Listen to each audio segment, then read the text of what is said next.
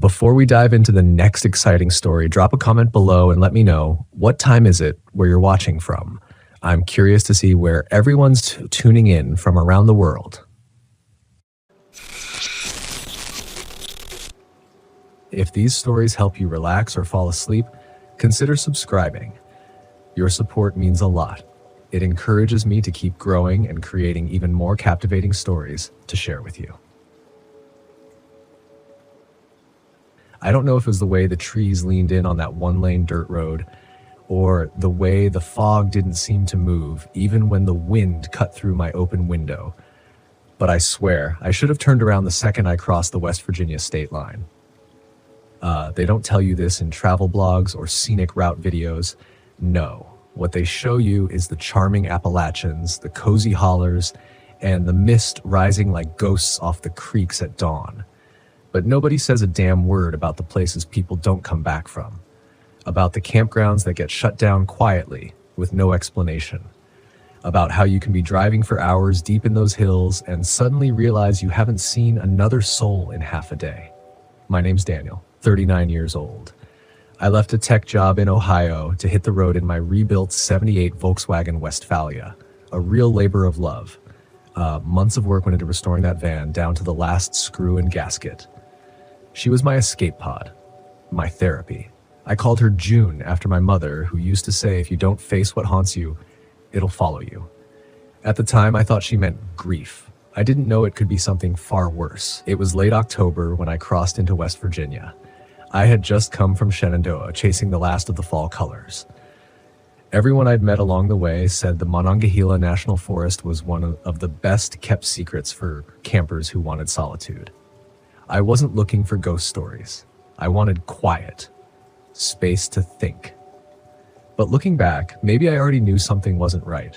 Maybe that's why I kept checking the rearview mirror even when I hadn't passed another car for miles. The road to the campground, if you could even call it that, was barely visible on Google Maps.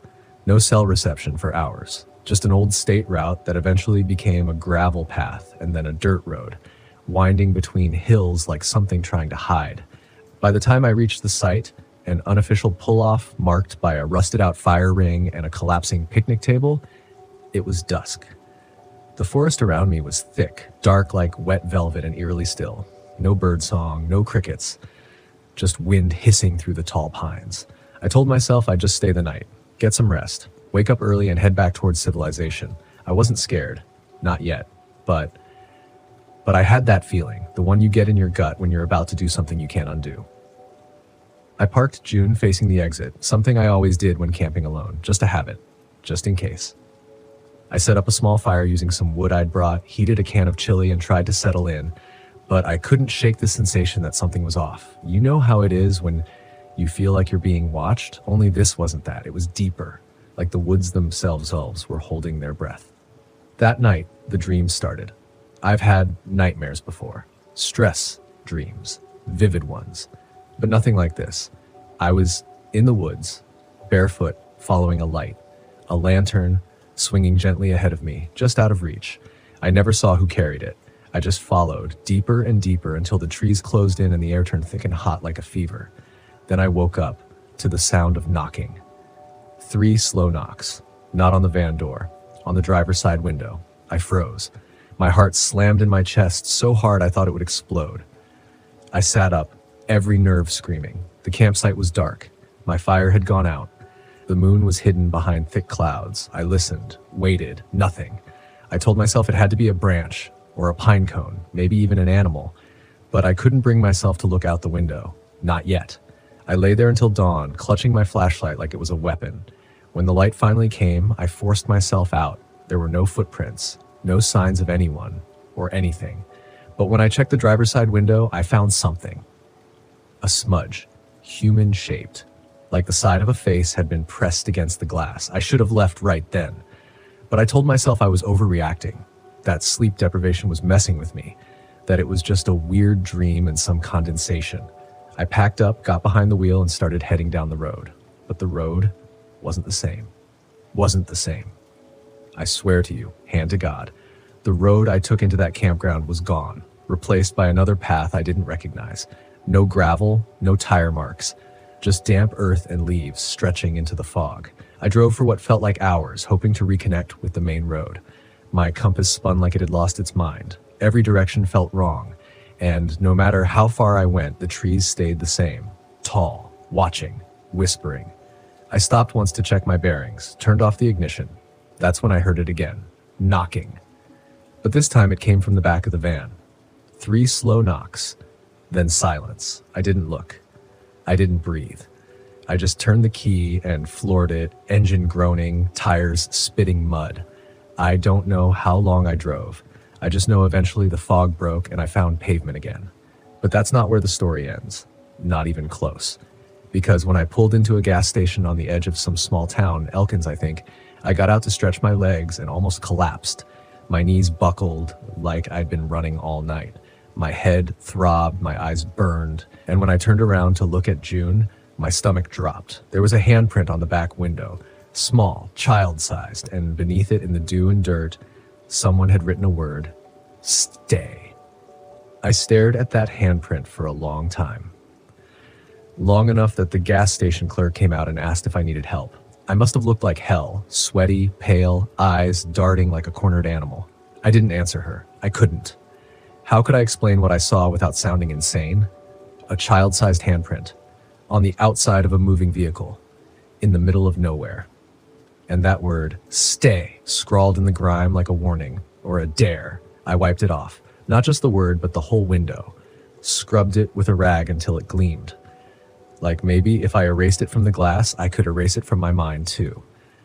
But deep down, I knew something had come with me.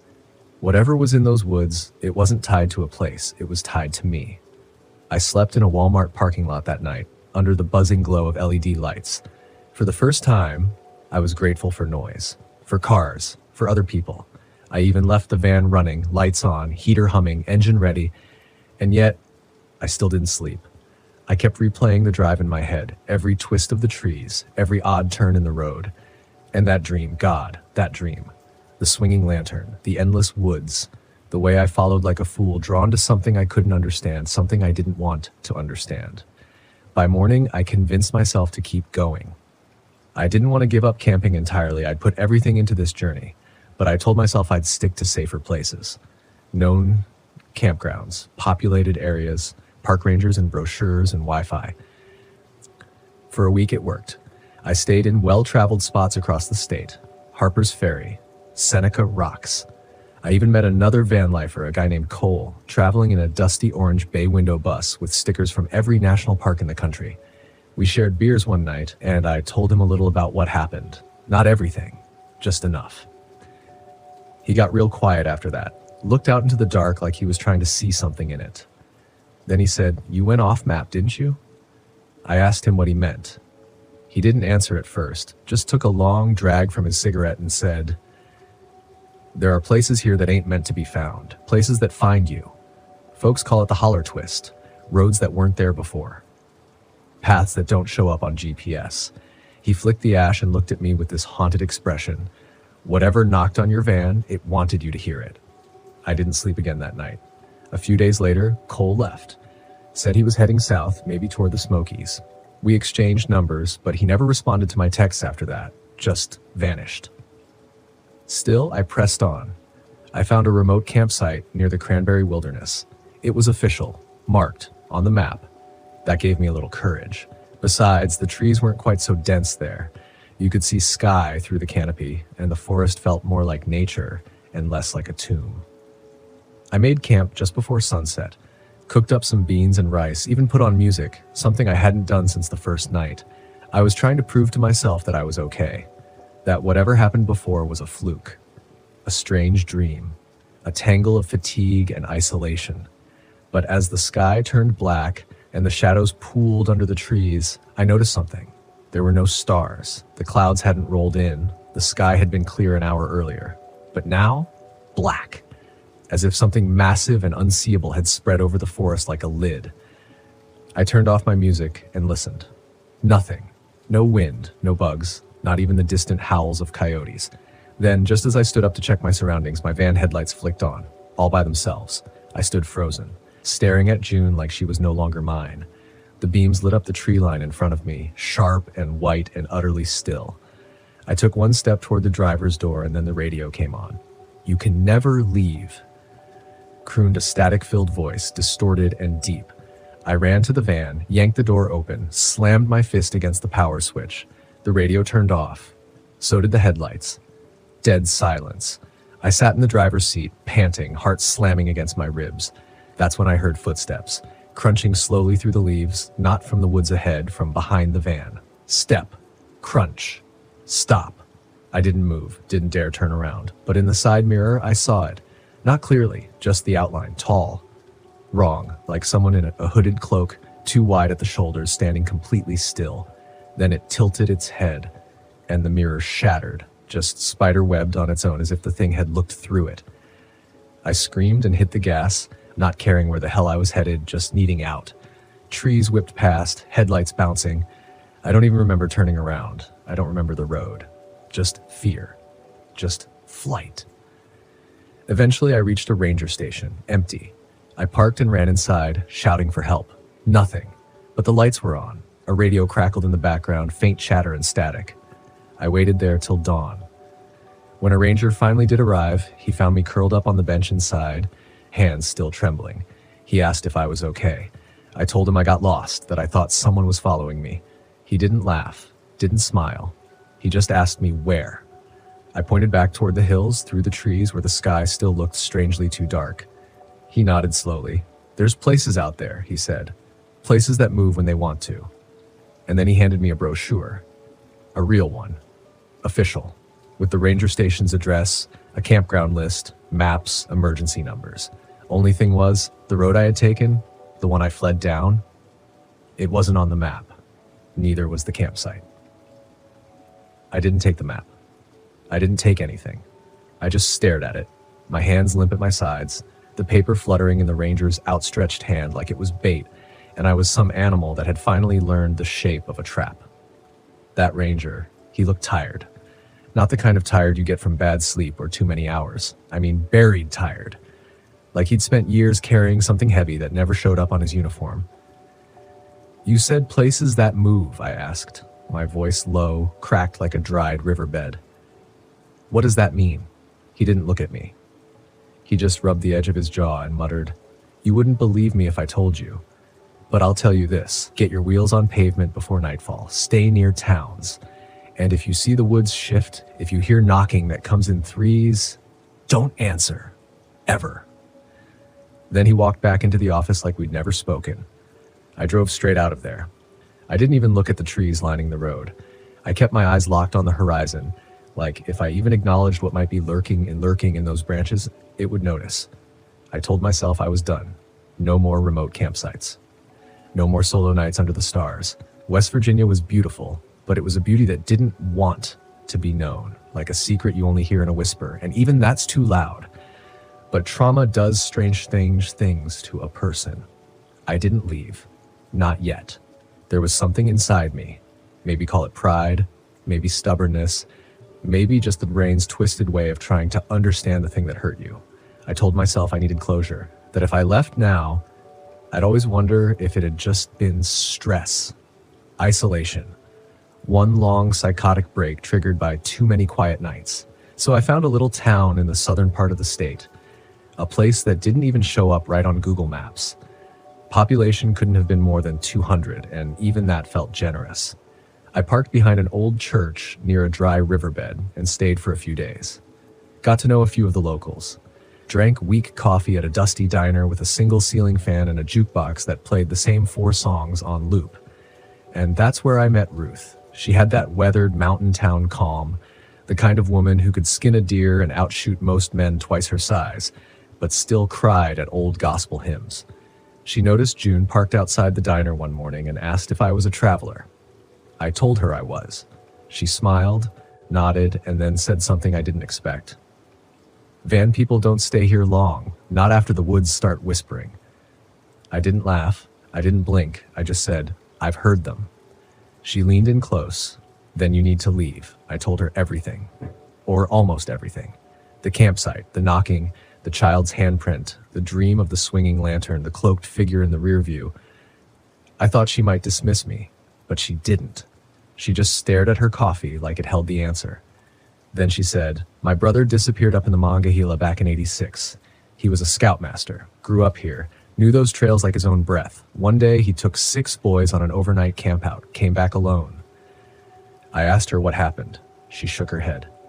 "He couldn't talk, literally, wouldn't open his mouth. Doc said his vocal cords were fine, but his mind, it had seen something it couldn't translate." I swallowed hard. "The boys?" She looked at me, dead on. "They were never found, not a scrap, no gear, no tracks, like they were taken out of time." That night, I tried to leave again. I told myself I had enough story for 10 lifetimes, enough fear, enough ghosts. I got in June, started the engine, headlights cutting a path through the mist curling along the churchyard. But the road wasn't the road anymore.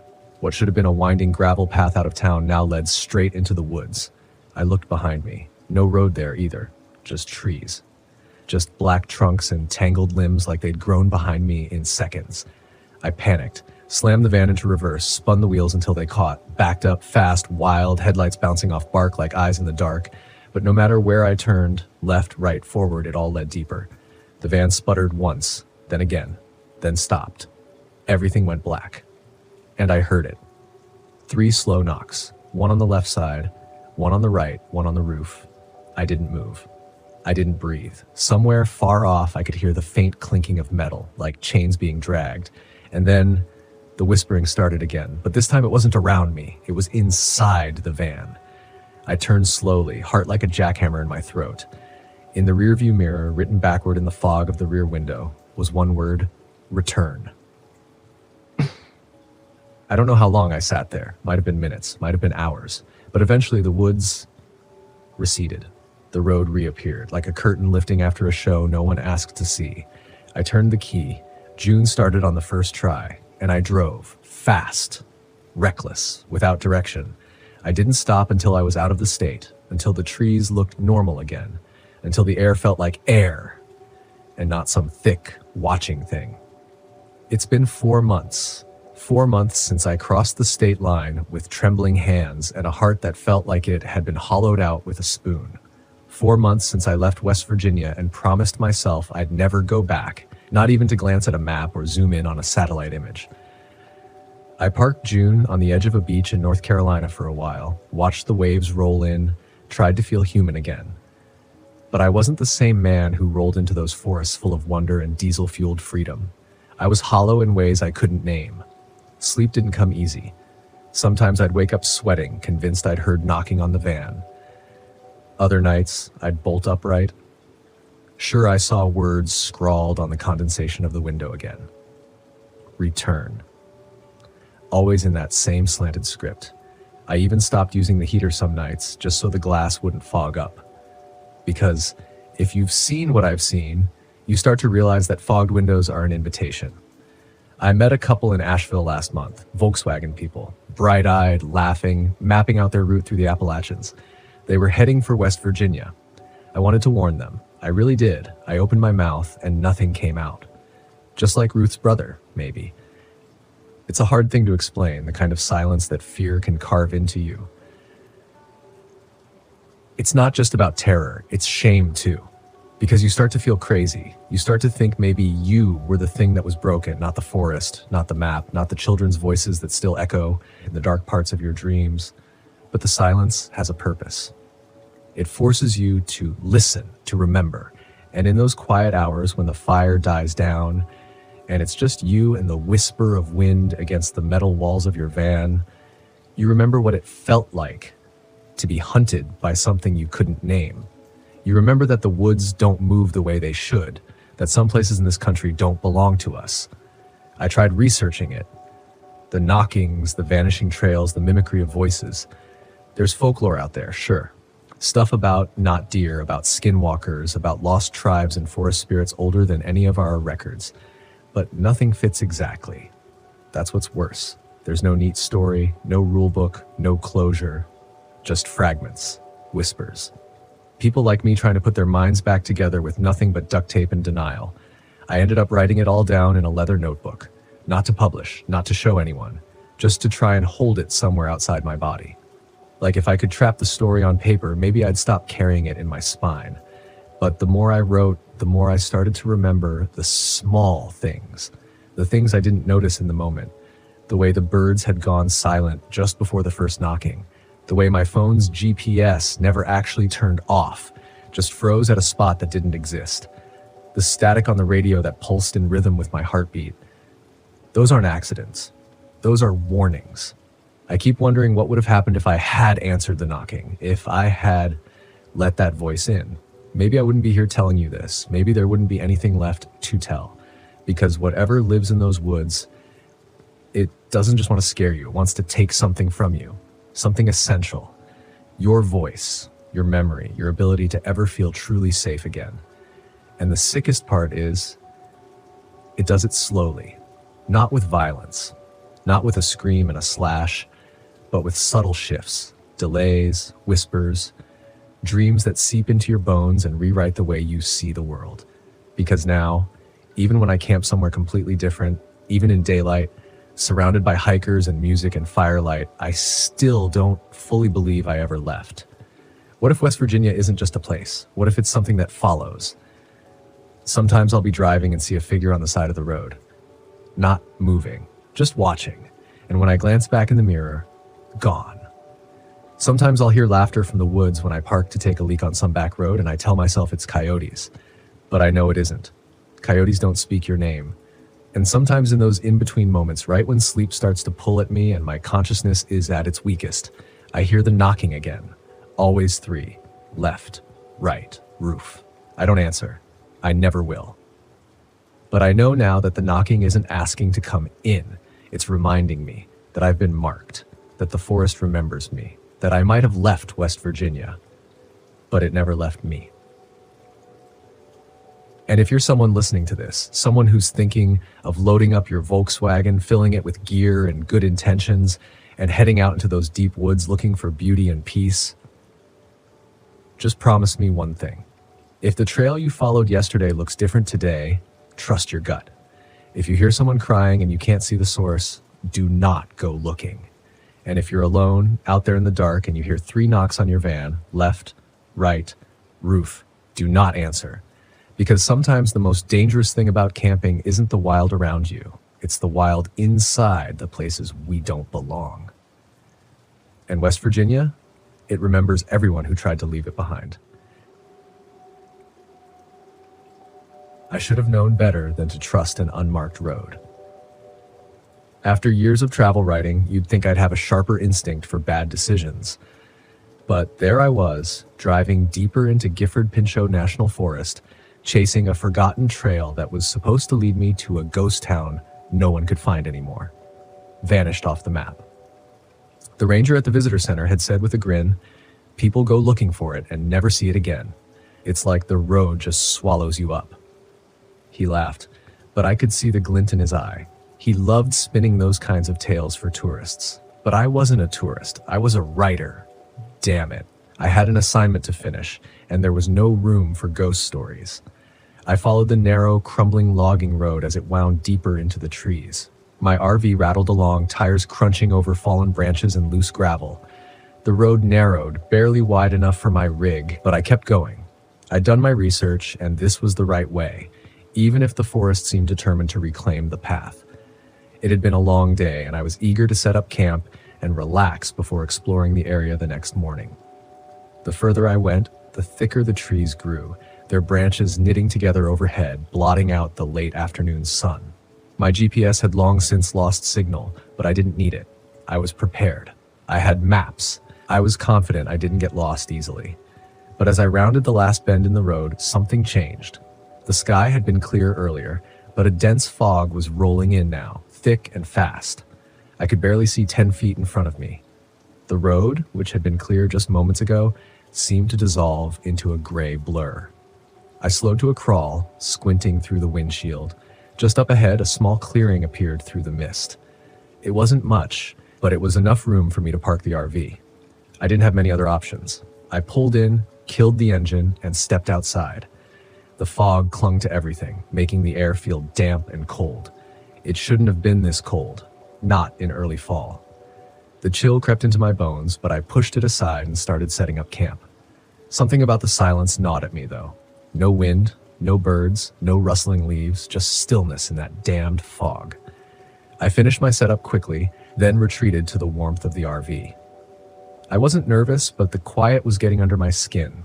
I grabbed a beer from the fridge, settled into the driver's seat, and pulled out my maps. I spread them across the dash, looking for my next move. The ghost town was supposed to be less than a mile away, hidden deep in the woods, down a trail that was barely marked. Tomorrow I'd hike to it, get my pictures, take some notes, and be done with it. Easy. But something was off. The road I'd driven on wasn't showing up on the map anymore. I traced the route with my finger, confused. The road was here. I'd just come down it, but now on the map, it wasn't anywhere to be found. I leaned back in my seat, staring out the windshield at the fog-shrouded forest. The ranger's words echoed in my mind. Vanished off the map. I laughed softly to myself. It was a joke, a tall tale to scare off amateur hikers. Nothing more. Still, when I stepped outside to stretch my legs, I felt it again, that unsettling stillness. The fog was thicker now, curling around the RV like tendrils. I looked back toward the road I'd driven in on, but it wasn't there. I blinked, rubbed my eyes, and stepped forward, peering into the mist. No road, just an unbroken line of trees. My stomach tightened. I walked a few more steps, hoping the road would reappear, but it didn't. The forest was dense, the trees close together. There was no sign of the path I had taken just hours earlier. It was as if it had been swallowed whole. I jogged back to the RV, heart racing now. I grabbed my flashlight and marched back to where the road should have been, sweeping the beam through the fog. But all I could see were trees. Tall, dark, and oppressive. My breath fogged the air in front of me as I stood there trying to make sense of it. The road couldn't just vanish. I hadn't gotten lost. I couldn't have. But when I turned back toward the RV, I felt it. That creeping sensation that I wasn't alone. I swung the flashlight around, heart pounding, and for a split second, I thought I saw movement in the fog. A figure, tall and thin, slipping between the trees. Hello? My voice cracked. I regretted speaking as soon as the word left my mouth. The fog swallowed my voice, leaving nothing but silence in its wake. I scanned the tree line again. Nothing. I backed toward the RV, my nerves on edge, and hurried inside, locking the door behind me. I wasn't about to let a little fog and a missing road freak me out, but something felt wrong. The rational part of my brain was trying to make sense of it. Fog could play tricks on your eyes, and maybe I'd missed a turn somewhere. That was all. But deep down, I wasn't convinced. I spent the next hour pacing the length of the RV, checking and rechecking my maps, trying to retrace my route in my head. Nothing made sense. The road had been there. I hadn't imagined it. By nightfall, the fog had thickened to the point where I couldn't see more than a few feet outside. The temperature had dropped even more, and I cranked up the RV's heater, wrapping myself in blankets. Sleep didn't come easily. I kept hearing things, soft thuds like footsteps outside, and whispers that seemed to drift through the walls. It had to be the fog, I told myself.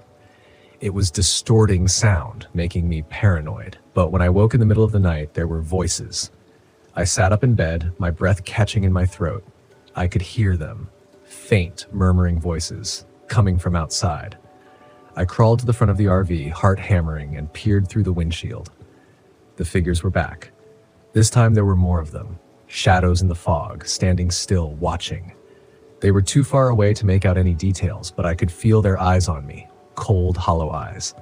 I blinked, and they were gone. I scrambled to turn on the engine, but it sputtered and died. No power. The RV was silent, cold, and dark. I grabbed my flashlight and flicked it on, but the beam barely cut through the fog. I tried to stay calm, tried to think logically, but my heart was racing, my mind spiraling into panic. The road was gone, the figures were back, and now I was trapped here. I had to get out. I grabbed my jacket and burst out of the RV. The cold hit me like a slab. I marched toward where the road had been, determined to find it, but the forest had shifted. The trees were closer now, the fog denser. I walked for what felt like hours, but the landscape stayed the same. It was as if I was walking in circles. No matter which way I turned, I kept ending up back at the RV. I could hear the voices again, closer now. They echoed through the fog, indistinct and ghostly. My flashlight flickered and the shadows appeared again, closer this time, standing just beyond the beam of light. I ran back to the RV, slamming the door behind me, my chest heaving. The figures were out there, circling me, waiting. I don't know how long I sat there, clutching the flashlight, waiting for something to happen. The fog pressed against the windows and the shadows loomed outside, never coming closer but never leaving. Morning came, though I could barely tell. The fog hadn't lifted and the road was still gone. I tried the engine again, and this time it roared to life. Relief washed over me, but it was fleeting. I turned the RV around, driving slowly back the way I had come. If the road was there, I couldn't see it. All I could do was follow the same path I'd taken before, hoping it would lead me out. But it didn't. The road stretched out endlessly in front of me, a straight line through the fog leading nowhere. And as I drove, I realized with sinking dread that I was still trapped. The road hadn't taken me anywhere. I was driving in circles and the figures were still there, watching, waiting. They had me now. The vanishing road wasn't just a story. It was real and I wasn't getting out. My name is Lily Anderson, and I was 45 years old when this happened in the summer of 2021.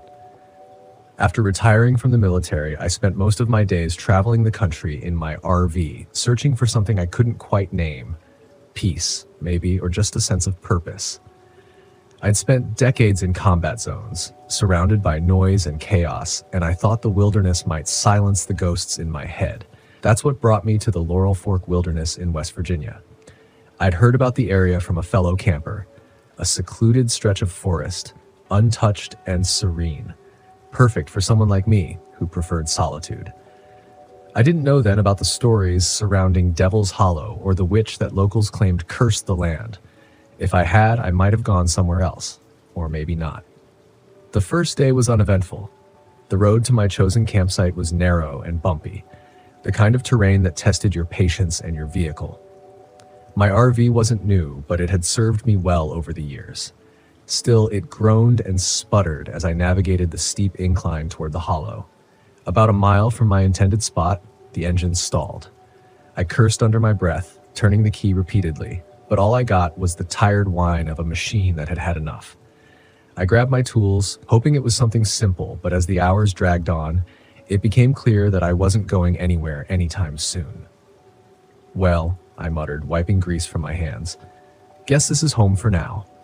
I set up camp just off the road, close enough to the hollow to feel its presence, but far enough to keep my distance. The air was cooler here, the shadows deeper. I told myself it was just the terrain, the dense canopy blocking out the sun. But there was something else too, a heaviness I couldn't explain. The first night I slept poorly. The forest was too quiet, the kind of silence that amplifies every creak and rustle. I'd spent enough time in the wild to know the sounds of nocturnal animals, but this was different. There were no owls, no crickets, nothing but the occasional groan of the wind through the trees.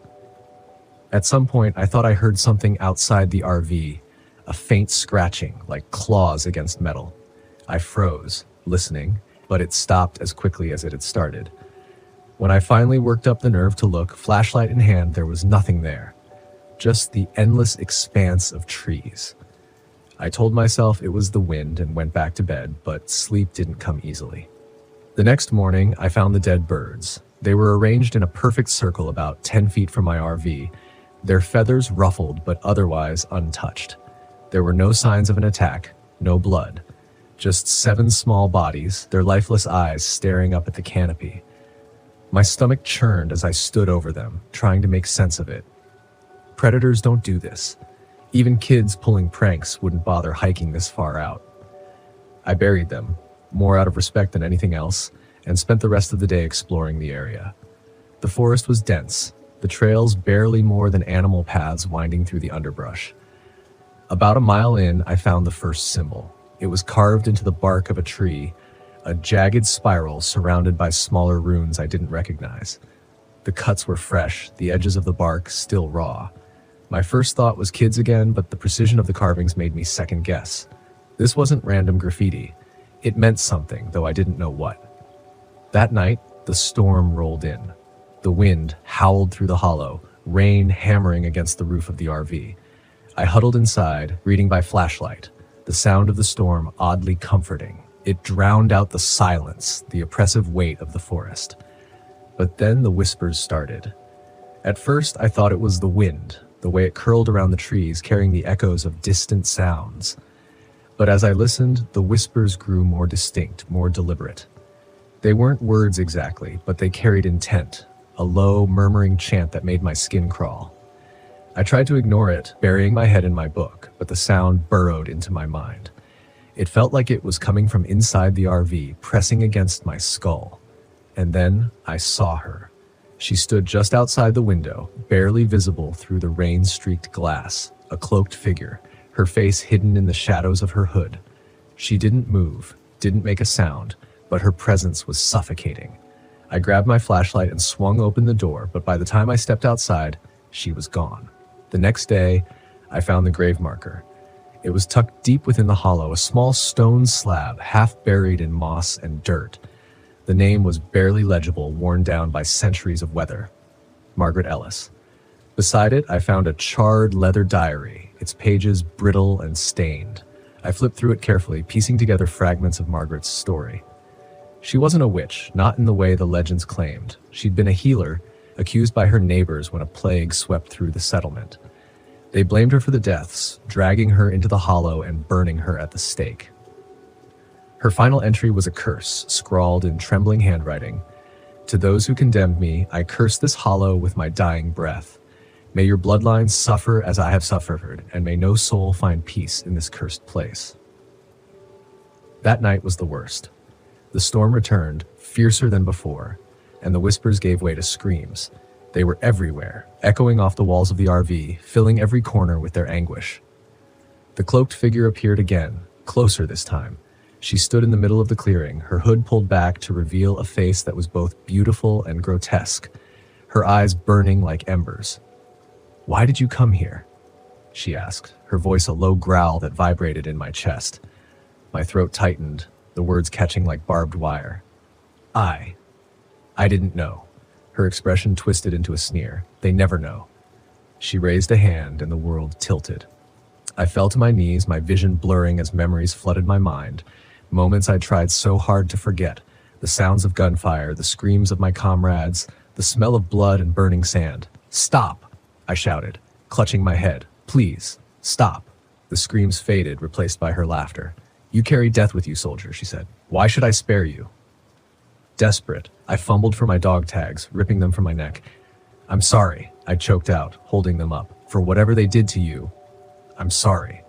Her laughter stopped. She stared at the tags, her expression unreadable.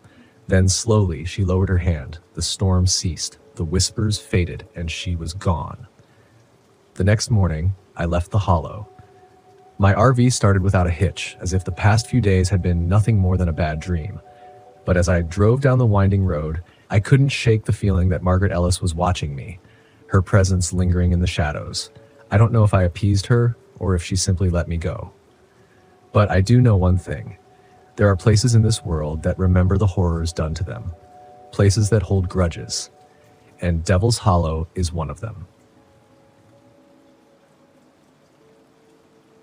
My name is Benjamin Scott. I was 34 when I spent 3 nights alone at Widow's Ridge in West Virginia, chasing a story I should have left alone. This happened in the fall of 2021 when the air carried the first chill of winter and the forest turned crimson and gold. I was a freelance writer known for my series on haunted places in America, and my latest article was supposed to focus on Widow's Ridge, a secluded spot in Monongahela National Forest. Locals spoke of Eleanor Price, the widow of the Ridge, a woman accused of witchcraft in the late 1800s. Her husband and children had vanished, and the townsfolk blamed her. Some claimed she killed them in a ritual, others whispered darker things. She was hanged from a gnarled oak tree at the ridge, and since then the area had become a magnet for tragedy, disappearances, strange deaths, and whispers in the night. I didn't believe in ghosts, but I knew fear made for great stories. So, armed with my RV, a few cameras, and my journal, I set out to uncover the truth. I was used to spooky places, creaky floors, and the paranoia of being alone. Widow's Ridge would be no different, or so I thought. I arrived just before sunset. The ridge was beautiful in a desolate way, with a rocky overlook offering sweeping views of the valley below. The wind whistled through the trees, and the skeletal oak stood alone in the clearing, its twisted branches like claws against the sky. A rope dangled from one of the limbs, frayed and swaying gently. I parked my RV in the clearing and set up camp. As the sun dipped below the horizon, shadows stretched long, and the ridge grew eerily silent. No birds, no rustling leaves, just the hollow hum of the wind. The first unease crept in, but I brushed it off. Quiet nights in the woods were common. The first sign came that evening. I was reviewing my notes when the sound of soft crying reached my ears. It was faint, carried on the wind, but unmistakable. I froze, straining to hear more. The crying stopped, replaced by a whisper so faint I couldn't make out the words.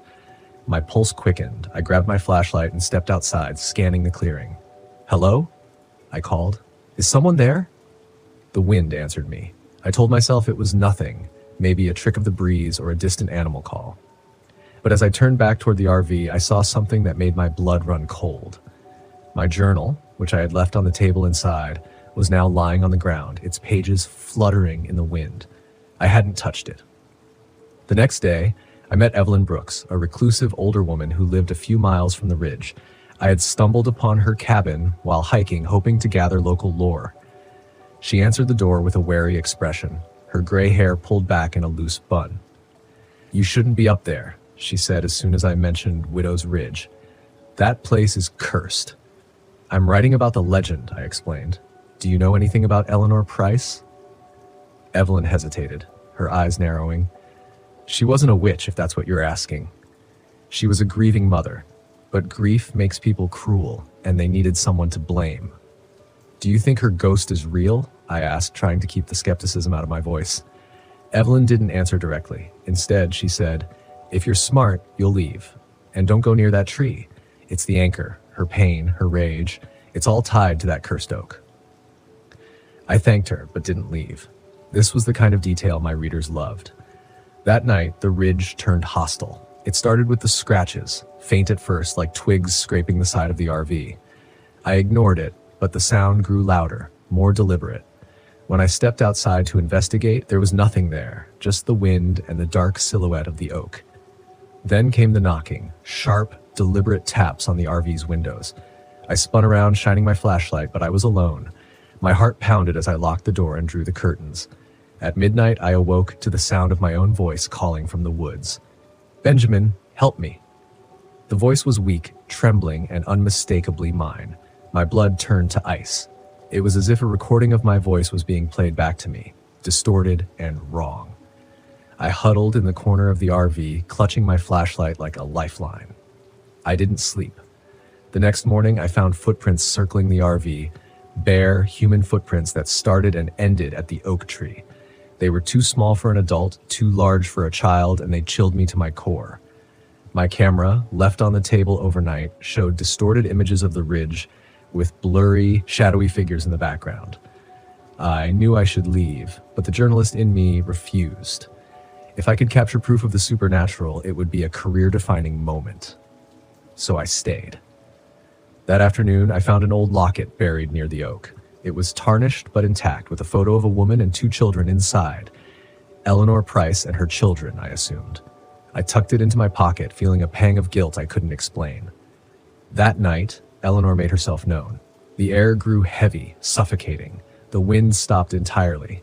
The RV shook violently, as if an unseen force was slamming into it.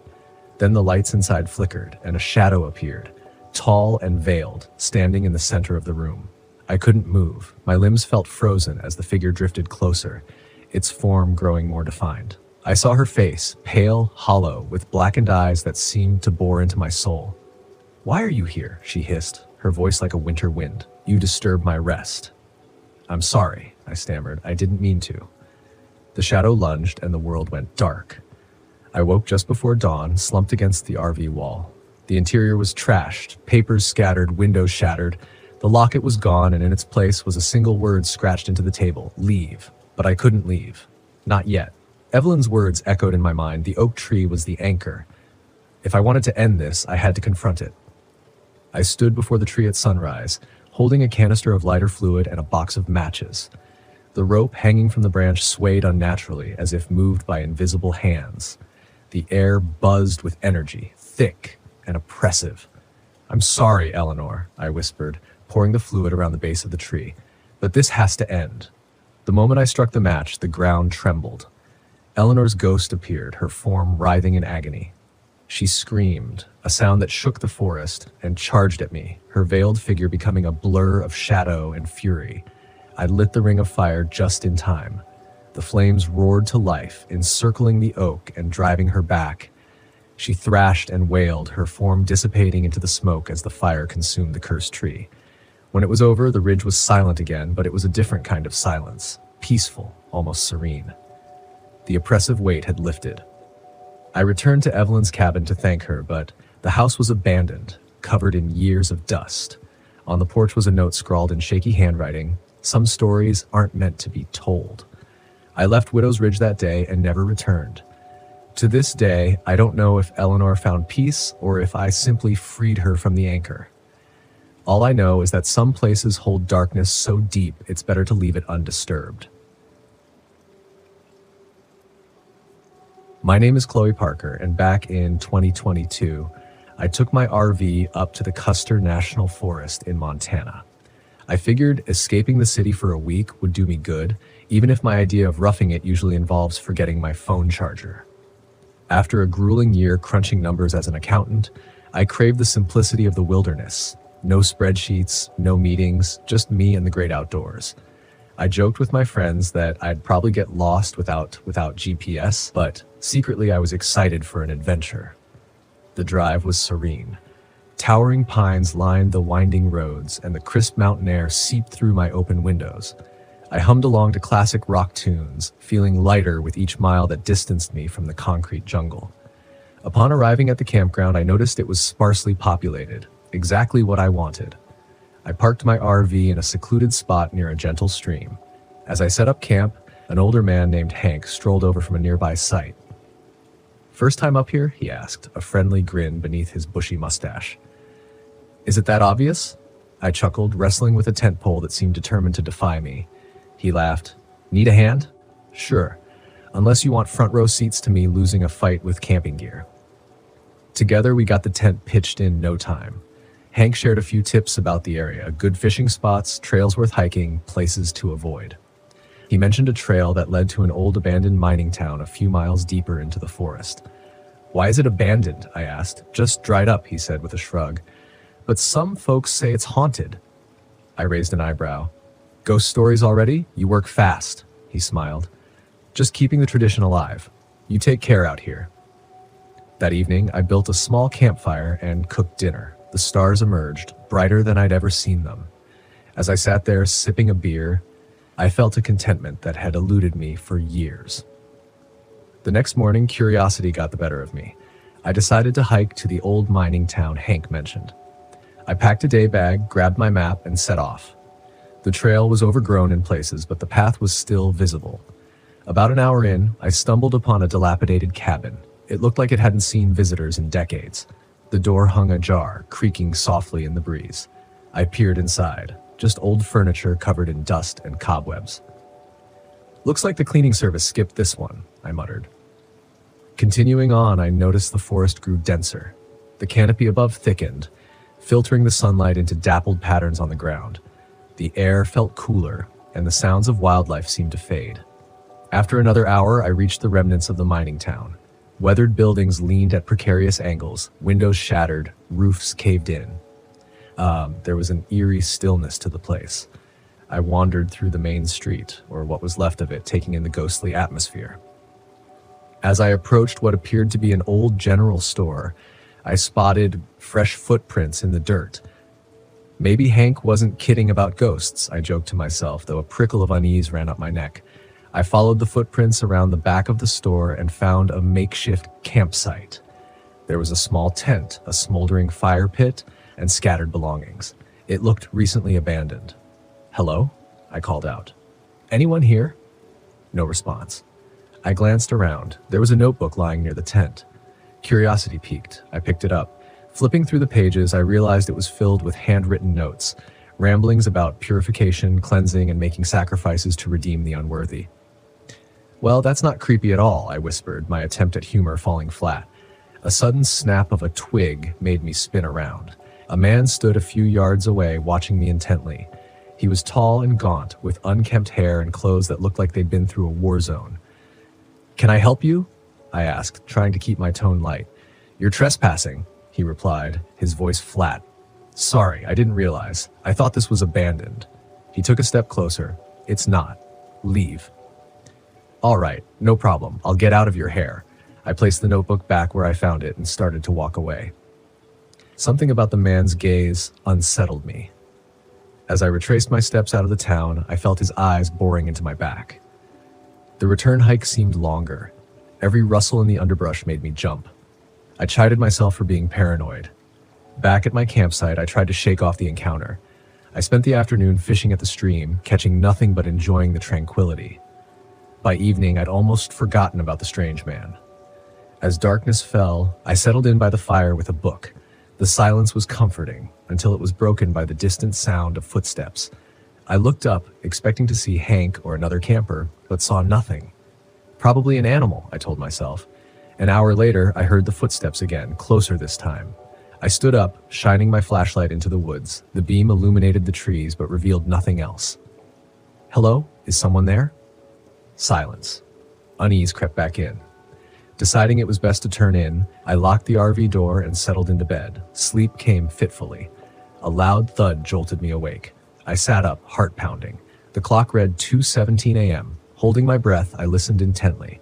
Another thud, this time accompanied by the sound of something scraping against the RV's exterior. I crept to the window and peeked out. In the dim moonlight, I saw a figure standing near the fire pit. It was the man from the mining town. He was holding something long and sharp, a machete. "Okay, this is officially not funny," I whispered. He began circling the RV, dragging the machete along the metal side, creating a shrill, grating noise. My mind raced. I reached for my phone to call for help. No signal. "Of course," I muttered. "Should have invested in that satellite phone." I remembered the flare gun stashed in the emergency kit. Grabbing it, I weighed my options.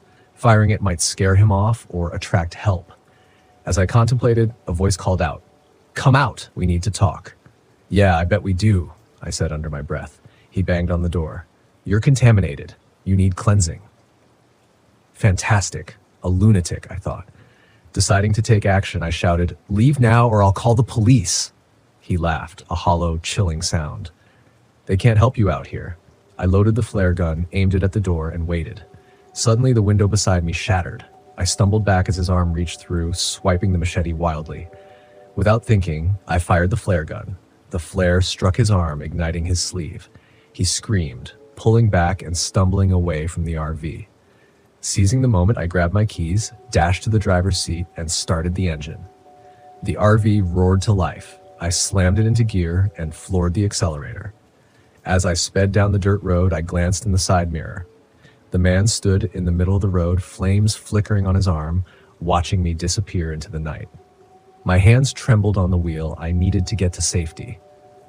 The nearest ranger station was miles away, but I didn't dare stop. After what felt like an eternity, I saw lights ahead. The ranger station. I pulled in, honking the horn wildly. A ranger emerged, startled. I jumped out, babbling about the attack. He led me inside, calmed me down, and called for backup. By dawn, a search party was organized. They found my campsite a mess of broken glass and scattered belongings, but no sign of the man. They ventured to the old mining town. There, they discovered something far worse. Behind one of the collapsed buildings, they found shallow graves, 3 bodies in various states of decay. The coroner later identified them as hikers who had gone missing over the past year. Among the belongings at the makeshift campsite was a journal. Inside were detailed accounts of the man's self-appointed mission to purify the forest by eliminating those he deemed unworthy. His name was revealed to be Silas Morton, a former environmental scientist who had gone off the grid after a mental breakdown. He believed that humanity was a blight on nature and had taken it upon himself to cleanse the wilderness. The authorities searched for weeks, but never found him. Some speculated he perished from his injuries. Others believed he vanished deeper into the mountains. I returned home, the weight of the experience heavy but grateful to be alive. The police assured me they'd continue the search.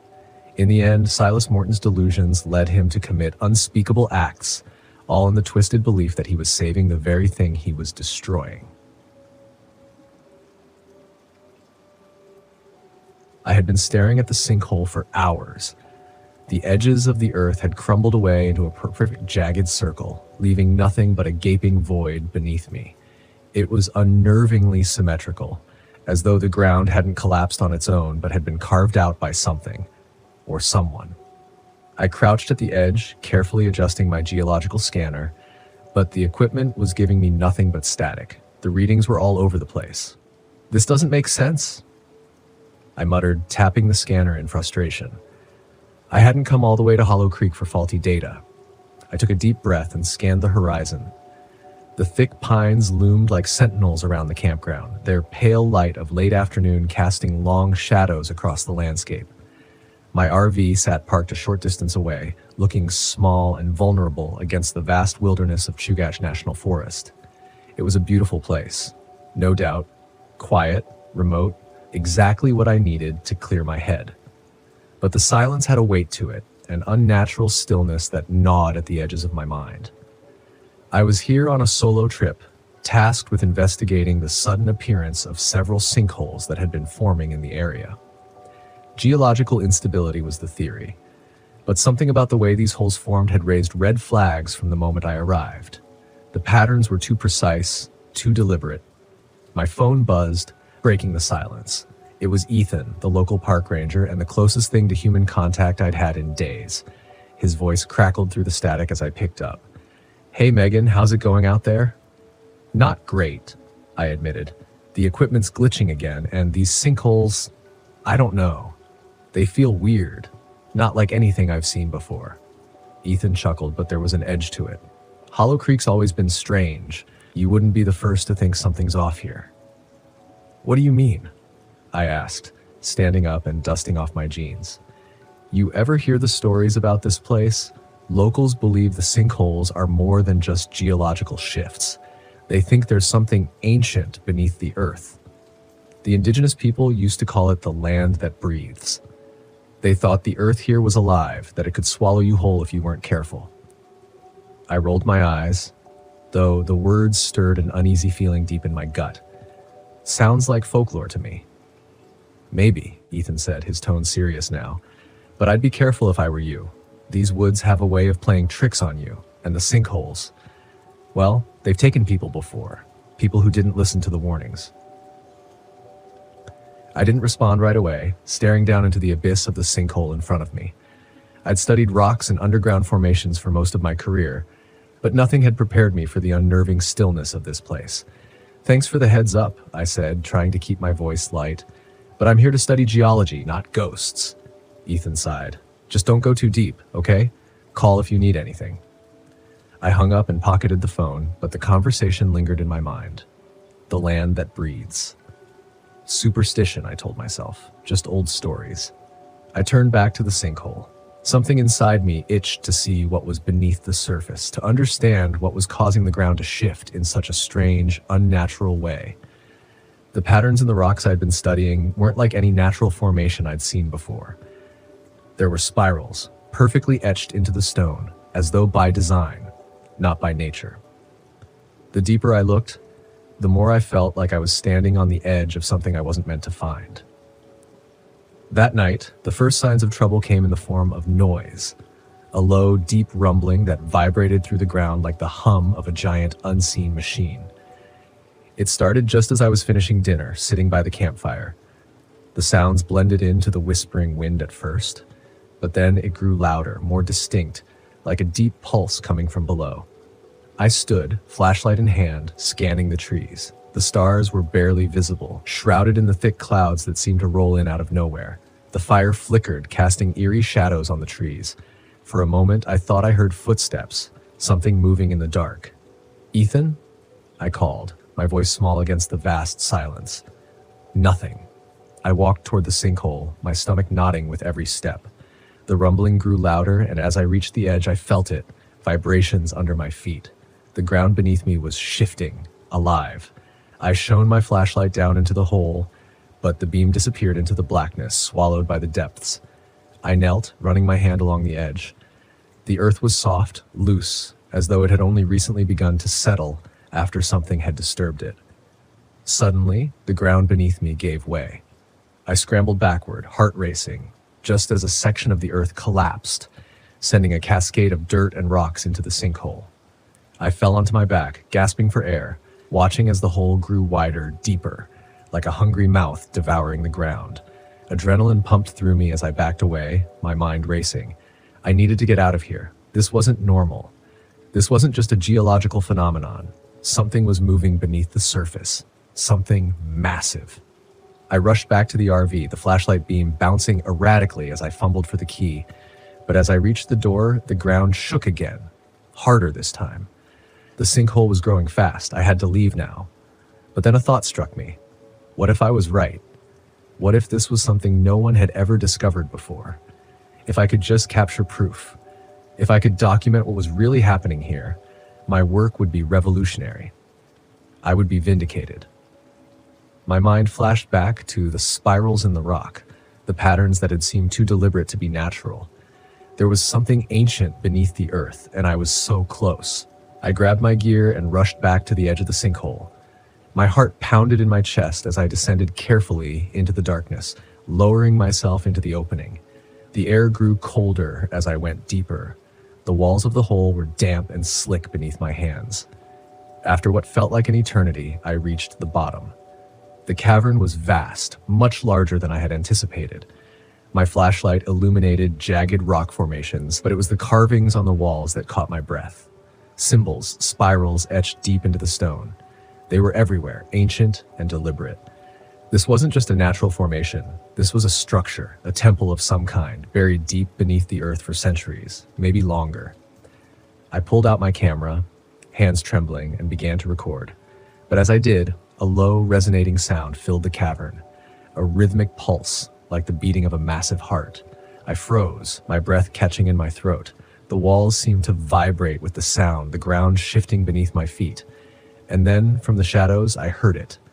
Footsteps. Heavy, deliberate, coming from the deeper recesses of the cavern. Something was moving toward me. Something massive. My flashlight flickered, casting erratic beams of light across the stone walls. I backed away slowly, my heart hammering in my chest. Whatever was in the darkness, it was getting closer. I could feel its presence, a weight in the air, a primal force that made my skin crawl. The footsteps stopped, and then a deep, guttural growl echoed through the cavern. I ran. I didn't look back. The ground trembled beneath me as I scrambled up the wall of the sinkhole, my hands slipping on the loose earth. The growling grew louder, closer, until I could feel hot breath on the back of my neck. I burst out of the sinkhole, gasping for air, and ran toward the RV. The ground shook violently, and as I reached the door, I glanced back. The sinkhole was collapsing in on itself, the earth swallowing it whole. But for a split second, I saw something massive, serpentine, rising from the depths before it disappeared into the darkness. I didn't wait. I threw open the door, started the engine, and sped away, leaving Hollow Creek behind me. By the time I reached the main road, my heart had finally begun to slow. I was alive. I had made it. But the images of that cavern, those symbols, haunted my mind. I had uncovered something ancient, something that wasn't meant to be found. As I drove away, I couldn't shake the feeling that I had disturbed something that should have stayed buried, something that was still there, waiting beneath the earth. And I knew one thing for certain: I wouldn't be going back. My name is Henry Collins, and back in 1995, I found myself in the middle of nowhere near Kearney, Nebraska, trying to fix a flat tire on a road that looked like it hadn't seen civilization in decades. I wasn't in a rush. I was driving back from a cousin's wedding, feeling a little smug because I'd finally beaten my record for the most mediocre best man speech in history. The car was an old Dodge Dart, and its jack was rustier than my uncle's jokes. Kneeling on gravel and cursing under my breath, I heard a strange hum.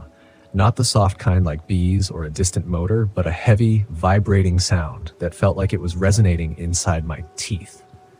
I turned around, expecting to see some souped-up truck or farm equipment barreling down the road, but there was nothing, just open fields and that never-ending Nebraska sky. The hum grew louder, and the air seemed to thicken. I stood up, thinking maybe I'd inhaled one too many tire fumes, when suddenly the clouds split open and a flash of light engulfed me. I tried to shield my face, but before I could even swear properly, my feet left the ground. Gravity decided to take a lunch break, and I floated upward into what looked like the underside of a giant metallic saucer. The next thing I knew, I was inside. The interior was clinical, metallic walls with no visible seams and a smell that reminded me of burnt popcorn and ozone. The room was dimly lit, except for a strange pulsating light in the center. My feet touched the floor, and the hum ceased. I looked around, disoriented, and then I saw them. There were two of them, standing at least 8 feet tall with elongated, angular heads and smooth, slate-colored skin. They weren't slim like the typical gray aliens you see in tabloids. These guys looked like someone crossed a linebacker with a praying mantis. Their arms were unnervingly long, ending in 3 jointed fingers. Their torsos expanded and contracted rhythmically, like they were breathing through their chests. One of them stepped forward, holding a cylindrical device. A voice, mechanical but eerily calm, emerged from it. Human designation, Henry Collins. Purpose of abduction, behavioral analysis, and genetic cataloging. What now? I blurted, my voice cracking like a teenager caught stealing a beer. The other one tilted its head, then tapped something on its arm.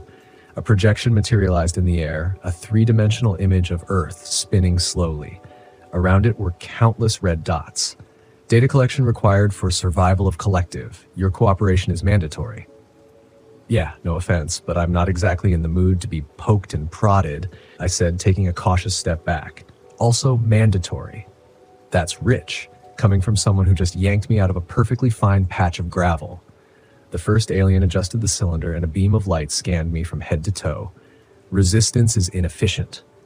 Inefficient, buddy. I'm from Nebraska. Inefficiency is practically a pastime. The alien didn't laugh. No surprise there. Instead, it gestured toward a doorway that had materialized in the wall. I figured running was pointless. They'd just levitate me again. So I followed, muttering under my breath about how I'd skipped dessert at the wedding for this nonsense. The hallway led to a larger chamber filled with pods. Inside the pods were people, some awake, some not. One of the awake ones, a middle-aged guy in a bowling shirt, spotted me and mouthed, "Don't let them touch your brain." Solid advice, though not very comforting. The aliens directed me to a chair that looked like it was designed by someone who hated human anatomy. Restraints snapped around my wrists and ankles before I could even sit properly. "Okay, look," I said, trying to stall. "Can we talk about your process here? Maybe get a suggestion box? Constructive feedback?" The cylinder-wielding alien ignored me and tapped another control. A sharp, piercing sound filled the room, and the pods began to vibrate. The people inside started convulsing. My heart raced as I yanked at the restraints. "Hey, what are you doing to them?" I shouted. "Integration," the alien said. "Subjects provide biological variants. Anomalies identified, defective samples discarded." "Discarded?" I echoed, horrified. "You mean—" Before I could finish, one of the pods shattered and a lifeless body slumped out onto the floor.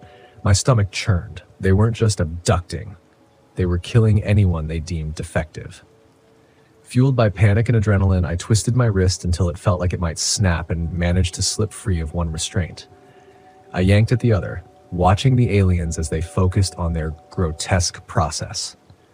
The second restraint gave way, and I bolted from the chair, barreling toward the door. An alarm blared, and the walls lit up with flashing symbols. The aliens moved with unnatural speed, their long limbs propelling them toward me. I grabbed the first thing I saw, a metal rod, and swung it with all the force I could muster. It connected with one alien's arm, producing a sickening crunch. The creature staggered, but didn't fall. "Great," I muttered. "Indestructible linebackers. Just my luck." I sprinted down the hallway, dodging beams of light they shot from their devices. One grazed my shoulder, leaving a searing pain, but I didn't stop. Ahead, I saw a chamber with what looked like an escape pod. I dove inside, slamming my hand on every button until the door sealed shut. The pod lurched, and I felt a sudden gut-wrenching acceleration. Through a small window, I saw the saucer shrinking into the distance. Relief washed over me, but it was short-lived.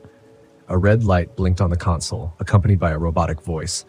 Descent trajectory unstable. Brace for impact. "Oh, come on," I shouted, gripping the seat as the pod hurtled toward the ground. The crash landing was rough, but I survived. Crawling out of the wreckage onto soft grass, I looked around and realized I was in the middle of a cornfield. Typical. It wasn't long before I heard sirens and saw headlights. A local farmer and the sheriff pulled up, gawking at the smoldering pod. "What in the hell is that?" the sheriff asked, his hand hovering near his gun.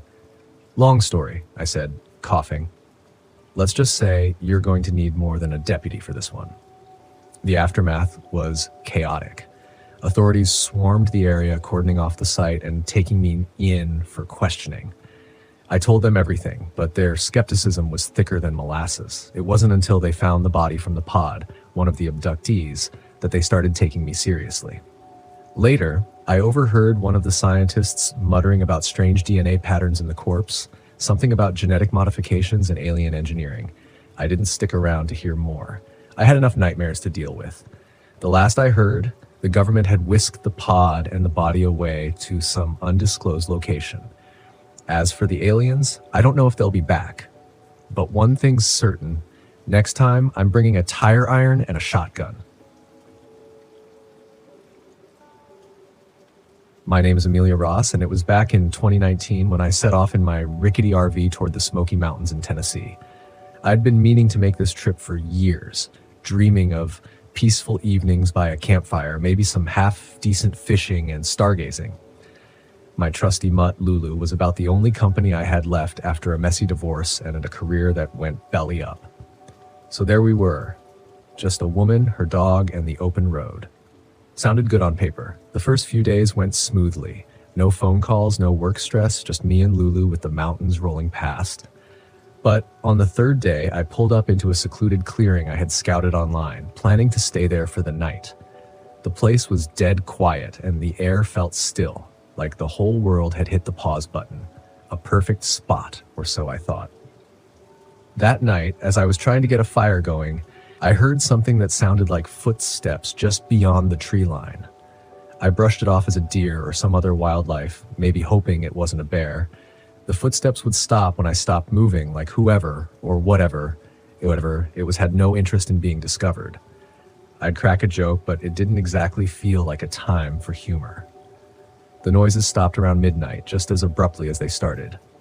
I was relieved, chalking it up to paranoia or some animal passing through. But when I woke up the next morning, I noticed something strange. The rocks I had left scattered around the fire pit were arranged in a neat little pile, stacked like some kind of primitive signal. My stomach tightened. Lulu, usually calm as a stone, was on edge too, sniffing around like she'd picked up a scent that made her uneasy. Maybe it was a harmless prank, or maybe not. Day 4 rolled around, and I figured I'd do a bit of exploring while there was still daylight. I packed up my gear, leaving my RV behind as I set out to find a nearby stream. After an hour or so of walking, I found a shallow creek, perfect for cooling off. I thought about taking a quick dip, but then I noticed something peculiar on the opposite bank. It was a pile of bones, all clean and white, like they'd been picked dry. At first, I thought they were from an animal. A deer, maybe. But then I saw what looked disturbingly like a human jawbone among the bones. The rest of the day, I couldn't shake off the feeling that I was being followed. Each snap of a twig or rustle of leaves sent a jolt through me, making me turn around like a paranoid idiot. It didn't help that Lulu had started acting jumpy, growling at nothing in particular, her hackles up. I'd laugh if it weren't so unsettling. I headed back to the RV as fast as I could without making it look like I was running. The whole forest felt different now, like it was hiding something or someone. I locked the RV door that night, pulled down all the blinds, and settled in with a flashlight and a bottle of whiskey, figuring I could sleep off the fear.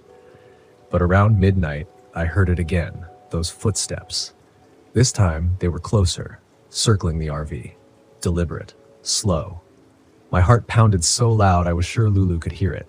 I peeked out of a small gap in the blinds, and what I saw nearly made me drop the flashlight.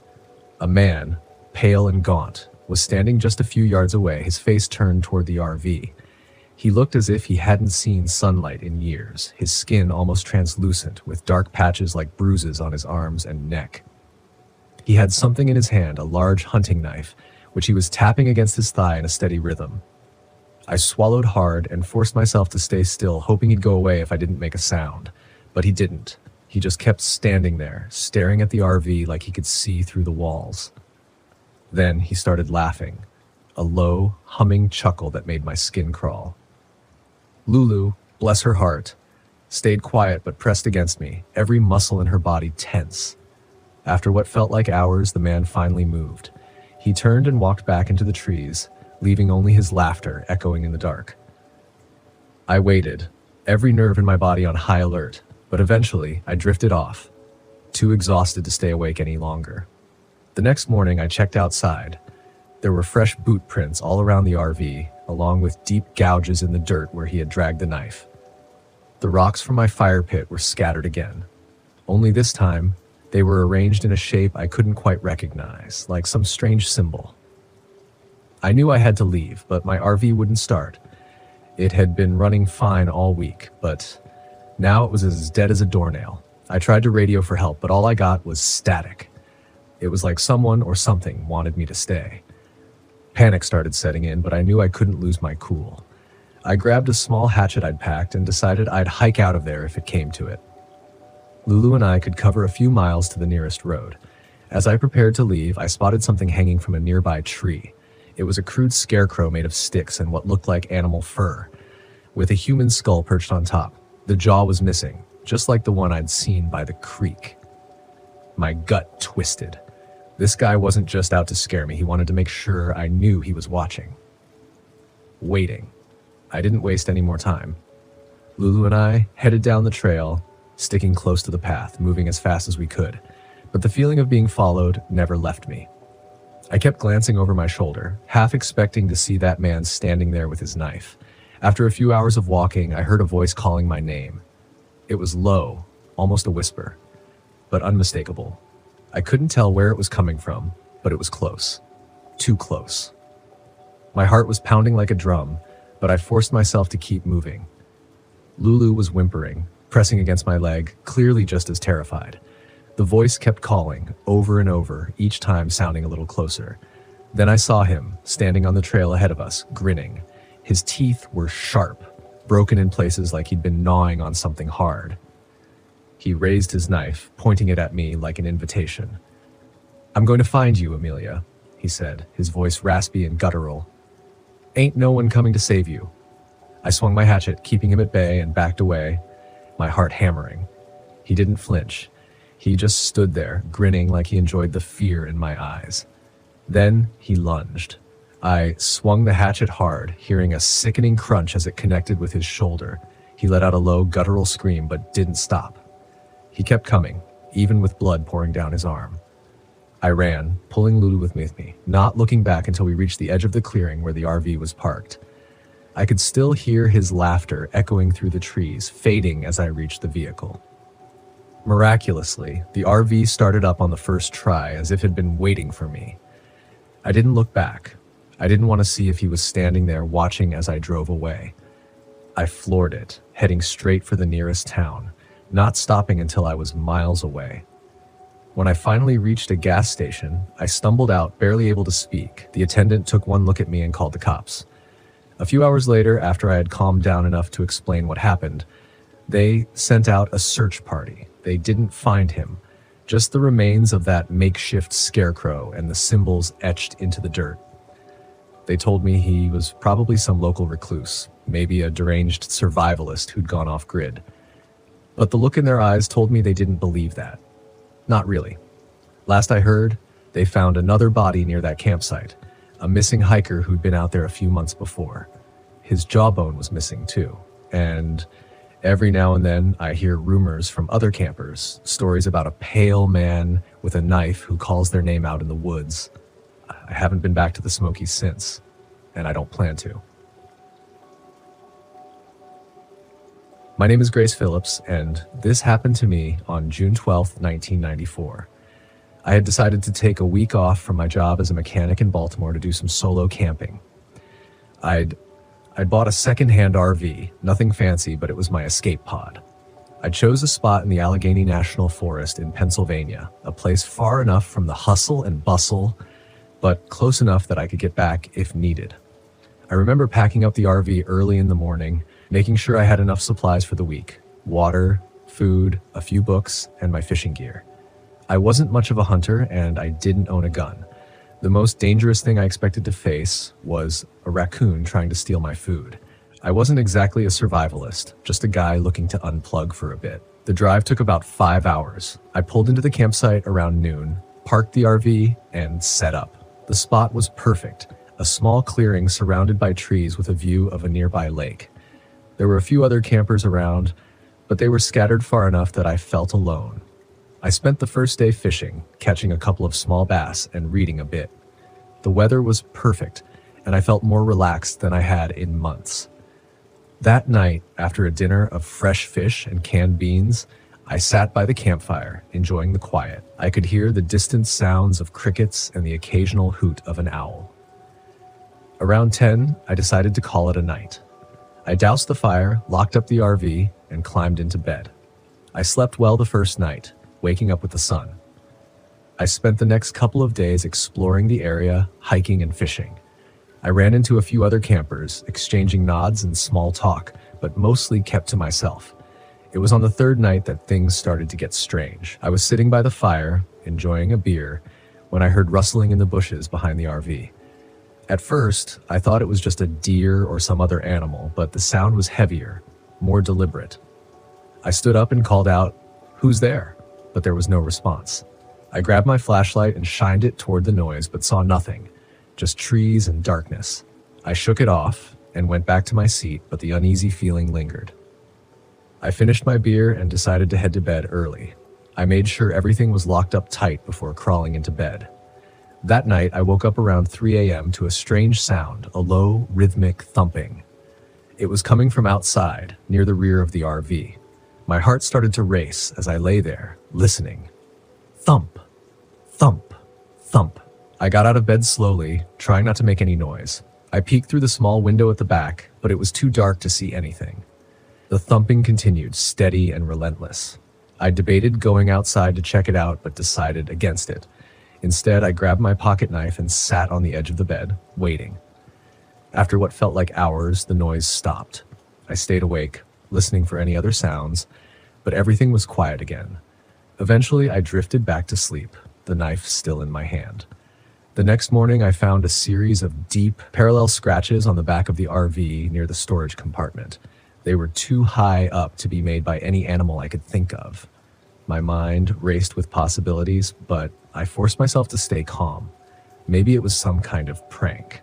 I decided to stay an extra night, thinking I might be overreacting. That day, I drove into the nearest town to get some extra supplies, and maybe a weapon. But the small hardware store didn't carry firearms. I picked up a sturdy hatchet and some bear spray, figuring it was better than nothing.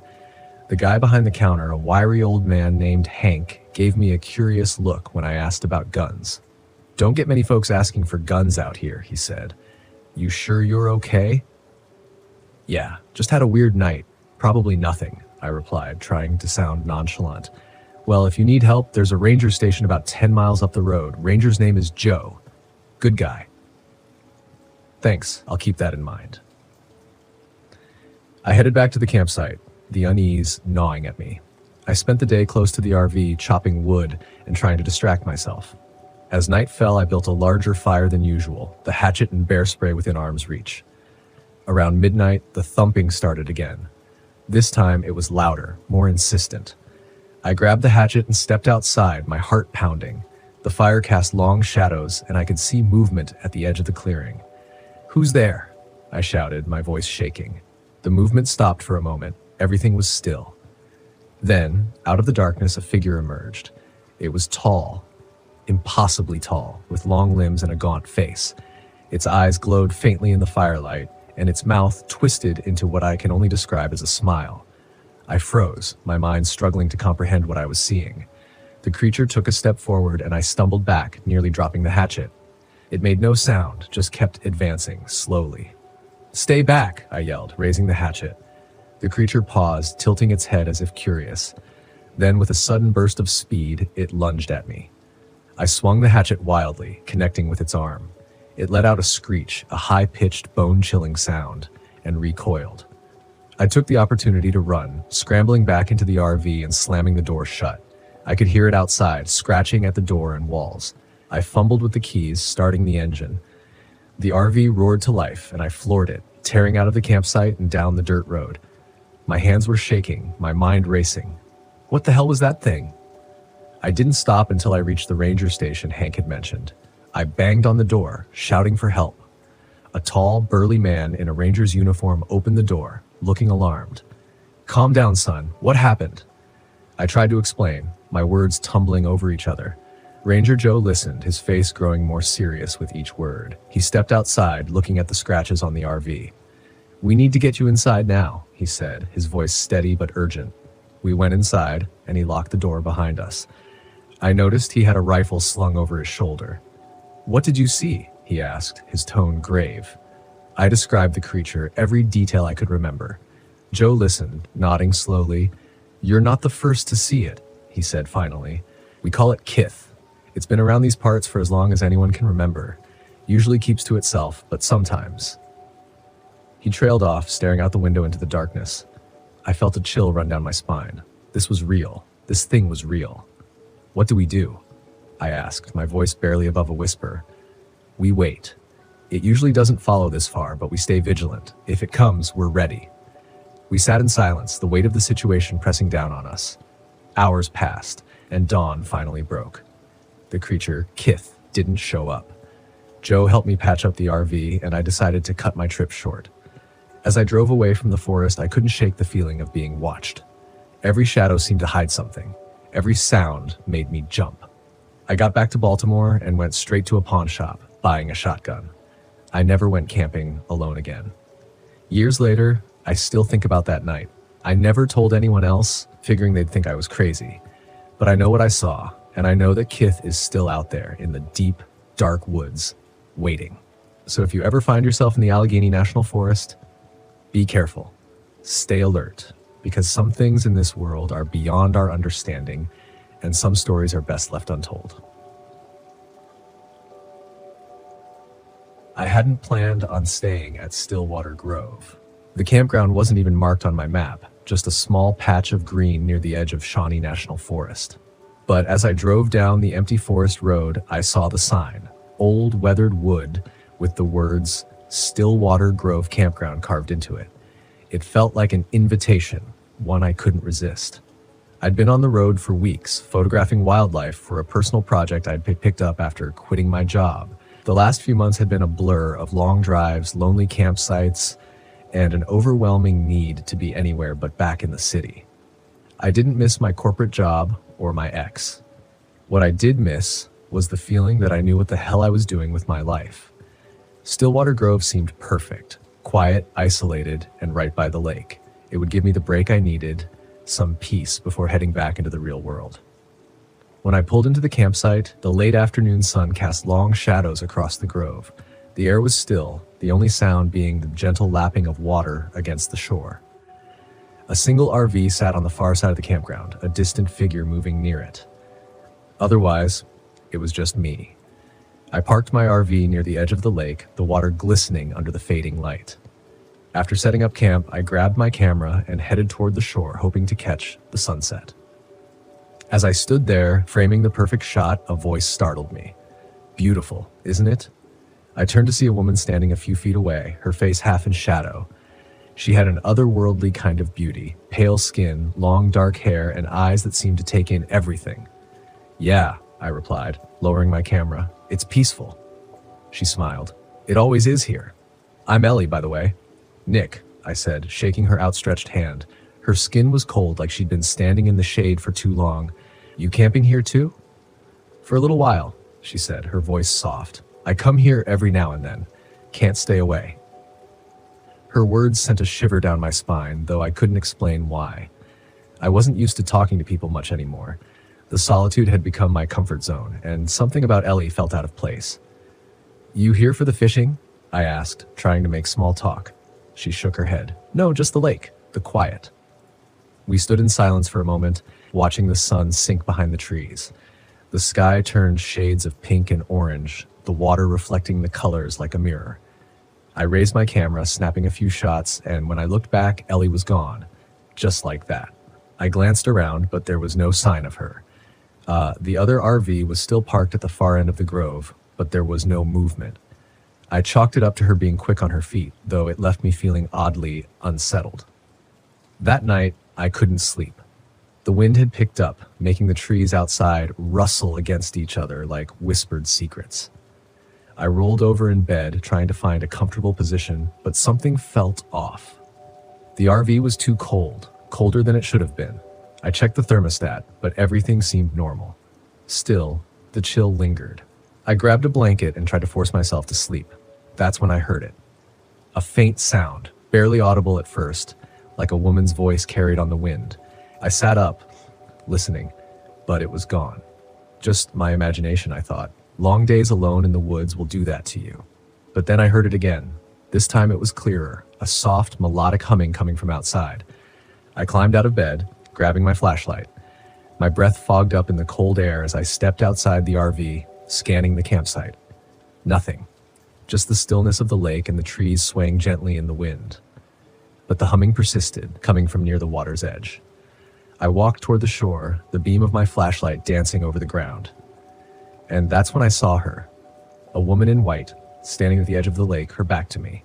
Her long, dark hair hung loose down her back, swaying slightly as she hummed that haunting tune. Ellie? I called out, my voice shaking. She didn't turn. She just stood there, motionless, her gaze fixed on the water.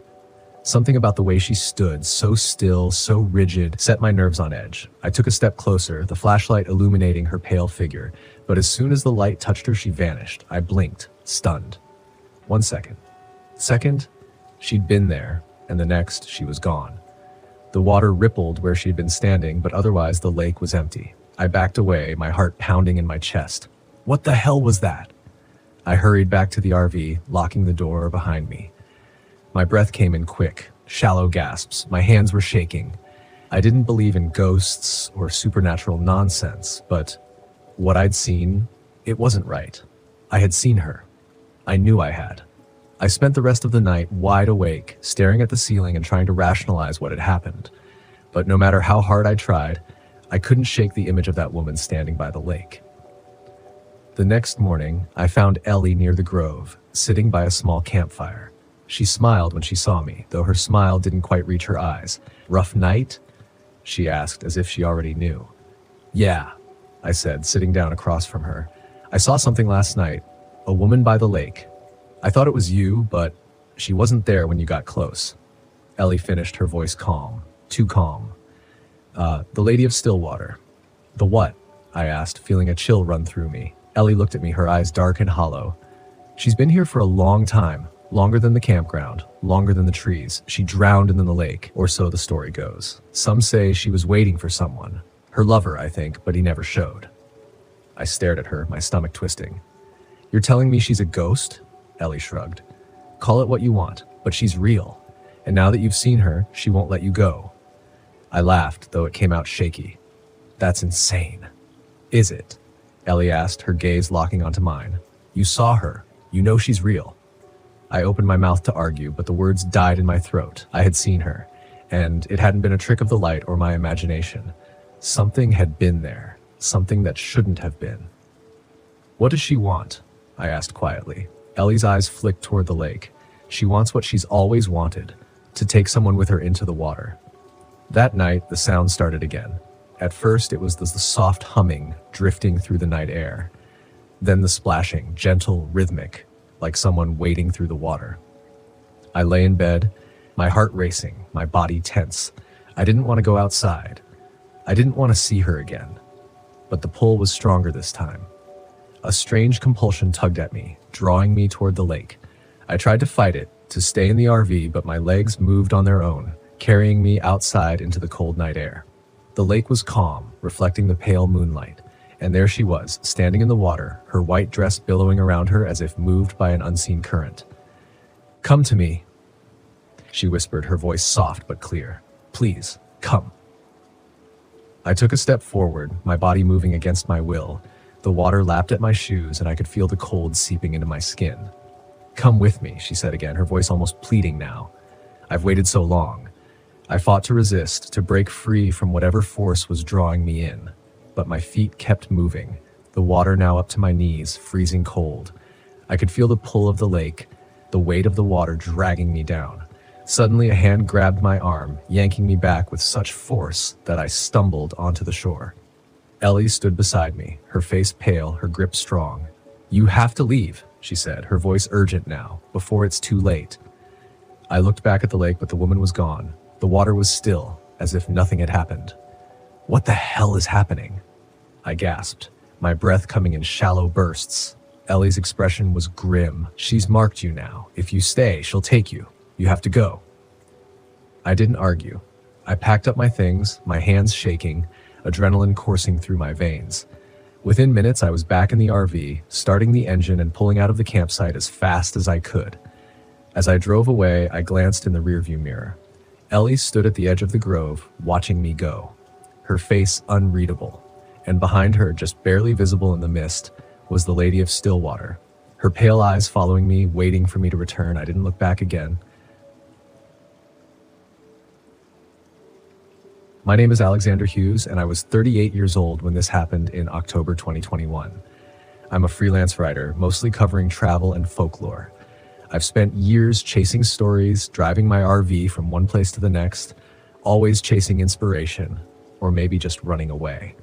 Back then, I thought of myself as independent, untethered, invincible. But Spruce Knob changed that. It was supposed to be a quick trip. I'd heard whispers about a place in West Virginia where strange things happened. Laughing voices in the woods, small footprints appearing where no child had walked in decades. The locals called it the Lost Children of Spruce Knob. The legend was vague, tied to an old settlement that had long since disappeared. A winter storm, children wandering too far, and a tragedy that no one liked to talk about. It was exactly the kind of story my editor loved. I arrived at the campsite just before sunset. The drive had been rough, the winding roads climbing higher and higher into the dense forest. The air was crisp, the kind of cold that settles in your bones. My RV sputtered a bit as I parked, but I didn't think much of it. I was used to minor mechanical issues. The campsite was deserted, just how I liked it. Solitude made it easier to write. I spent the first hour setting up, unpacking my laptop and notes, snapping a few photos of the eerie, misty forest for my article. By the time I lit a small fire, the sun had dipped below the horizon, leaving the world bathed in a dusky blue. That's when I heard it. At first, it was faint, like the distant hum of the wind. But as I sat by the fire, sipping lukewarm coffee, the sound grew clearer. Laughter, high-pitched and playful, like children chasing each other in a game of tag. I froze, the mug halfway to my lips. The nearest town was miles away. Who would bring children all the way out here at night? "Hello?" I called, my voice shaky. The laughter stopped. I stood, shining my flashlight toward the tree line. The beam cut through the darkness, revealing nothing but the skeletal branches swaying in the wind. I told myself it was my imagination, the product of too many ghost stories and too much caffeine. But as I turned back to the fire, I couldn't shake the feeling that I wasn't alone. The next morning, I found footprints. They were small, barefoot, pressed into the dirt just outside my RV. A trail of them circled the fire pit and wandered toward the trees. My stomach churned. I crouched, running my fingers over one of the prints. It couldn't have been there long. The edges were still sharp, undisturbed by wind or dew. I took a photo, the click of my camera loud in the still morning air. "This is ridiculous," I muttered, straightening. But even as I brushed it off, my pulse quickened. I spent the day exploring, hiking through the dense woods with my notebook in hand. The forest felt oppressive, the kind of quiet that makes you hyper-aware of every twig snapping underfoot. I found an abandoned cabin about a mile from the campsite, its roof caved in, walls covered in moss and lichen. Inside, I discovered old yellowed pages scattered across the floor. The handwriting was faint, but I could make out enough to piece together the story. The cabin had belonged to a family who'd settled here in the 1800s. They had 3 children, 2 boys and a girl. During a brutal winter, the father sent the children out to gather firewood. A storm rolled in suddenly, and they never came back.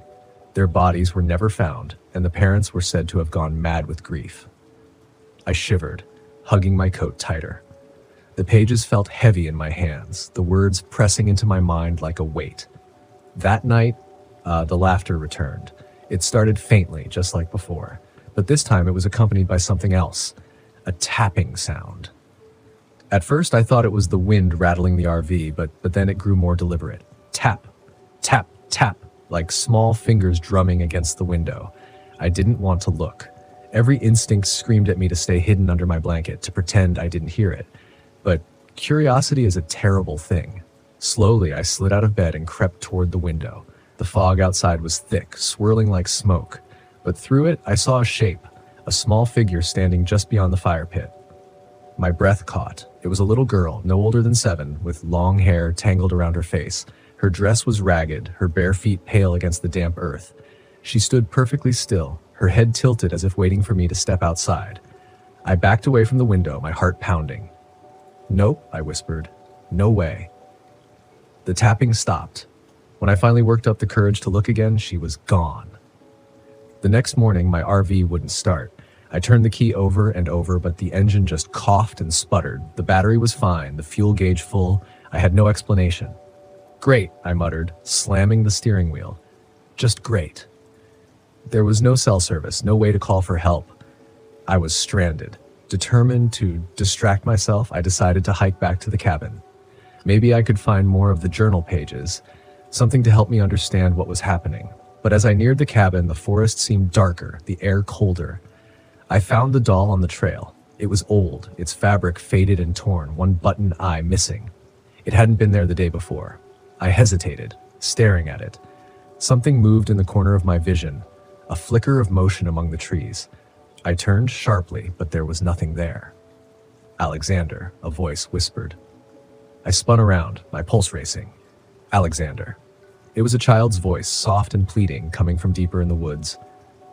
"Nope," I said again, backing away, but as I turned to leave, the voice grew louder, more insistent. "Help us." I ran. By the time I reached the RV, I was shaking. My rational mind was unraveling, every explanation I'd clung to slipping through my fingers. I locked the door and curled up on the bed, clutching my flashlight like a lifeline. The children didn't wait for nightfall this time. The laughter echoed through the forest, closer and louder than ever. Shadows darted outside the windows, too quick to be seen clearly. The tapping returned, relentless and mocking. And then they came inside. I didn't see them enter, but suddenly they were there, 3 small figures standing at the foot of my bed. Their faces were pale and frostbitten, their eyes wide and hollow. Why didn't they come back for us? The little girl asked, her voice like a cold wind. I don't know, I stammered. "They promised," the boy said. "They promised they'd come back." My breath hitched as tears filled my eyes. "I'm sorry. I'm so sorry." They stared at me, their expressions unreadable. And then they were gone.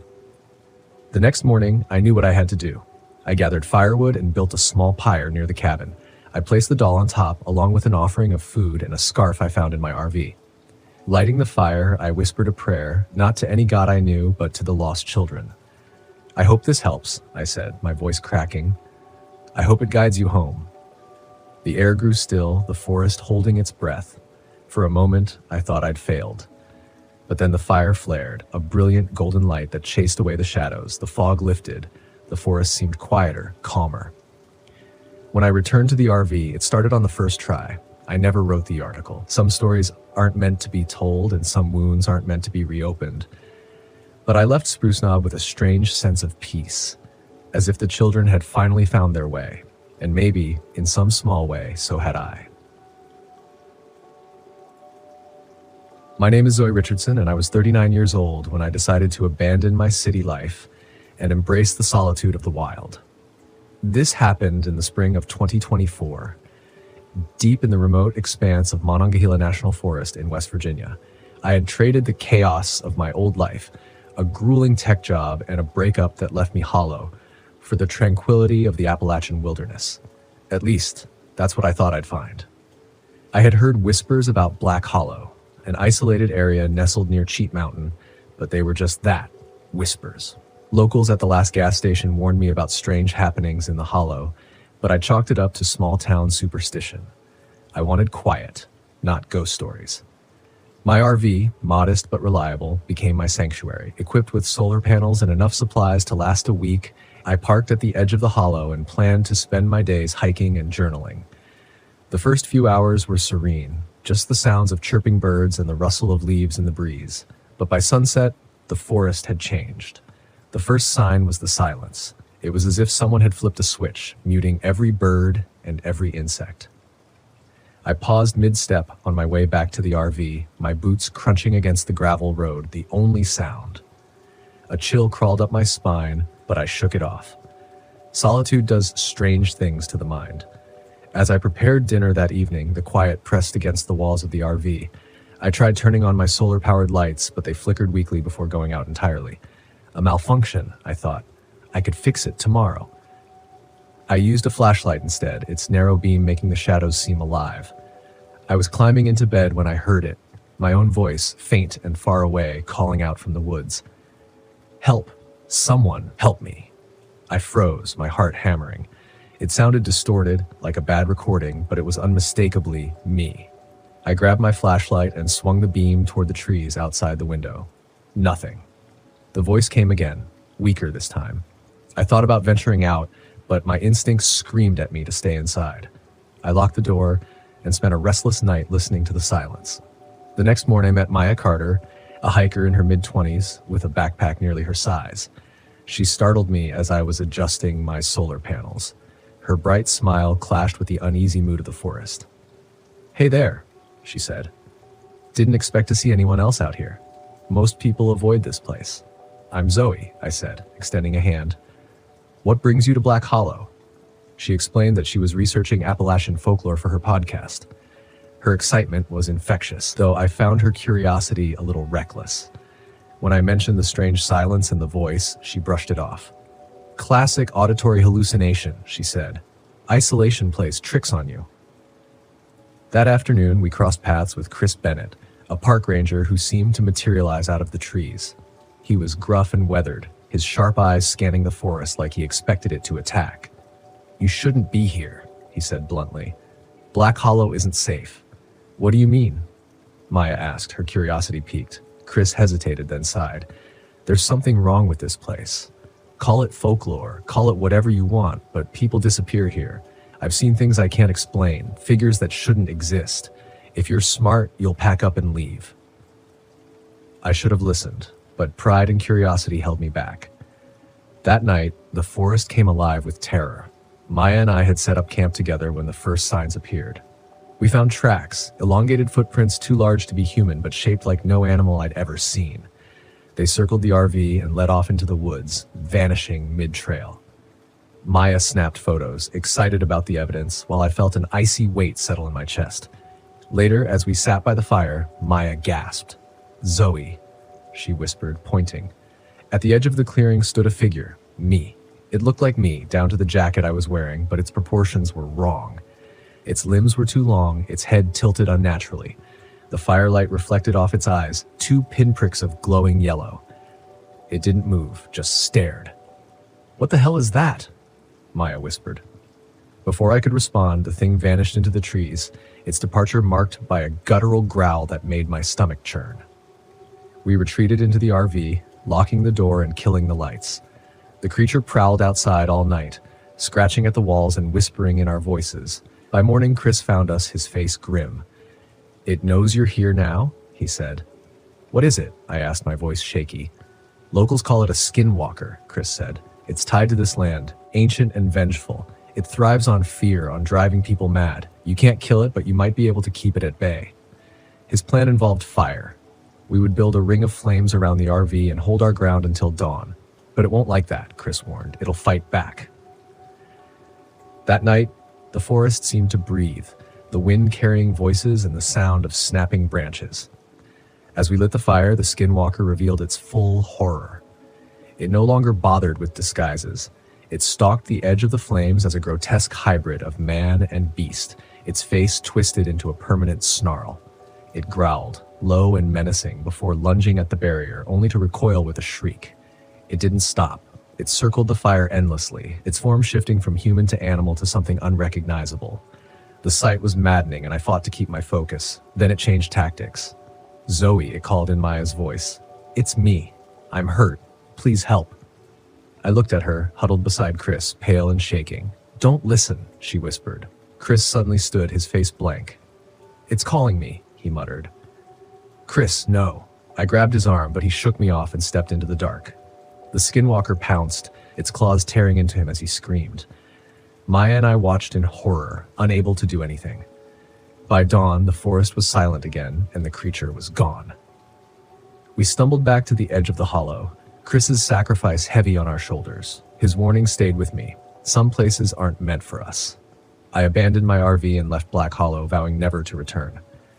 Maya quit her podcast, too haunted to revisit the story she once sought. To this day, I hear that growl in my nightmares, and I wonder if it's still out there, watching, waiting. If you ever find yourself in Black Hollow, heed this warning. Turn back. Some legends are real, and they hunger.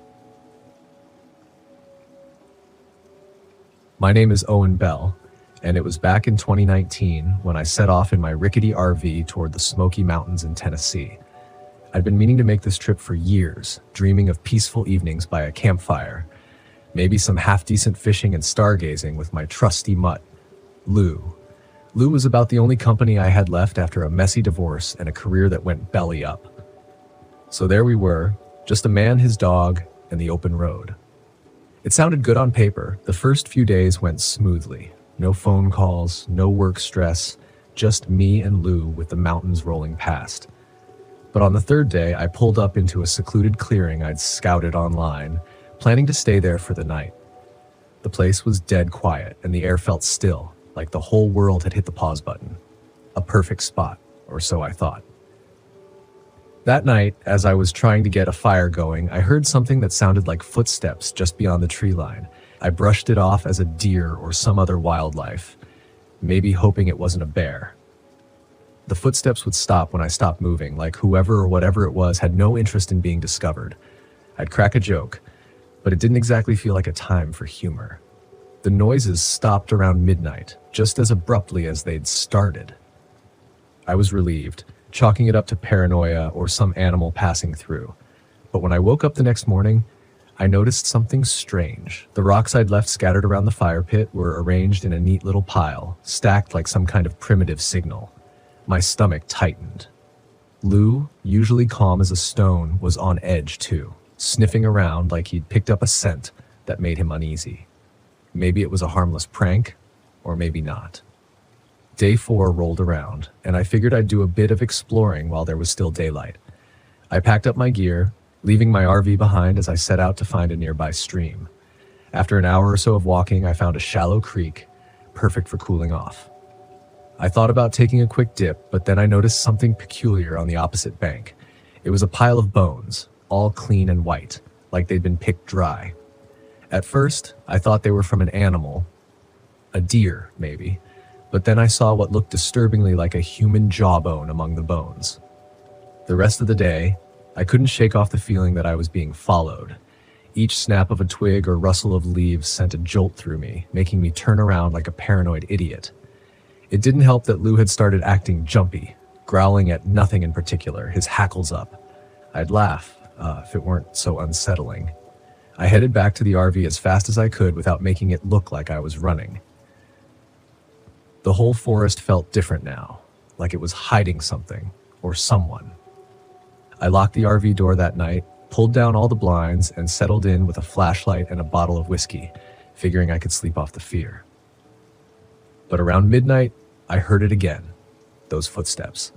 This time they were closer, circling the RV, deliberate and slow.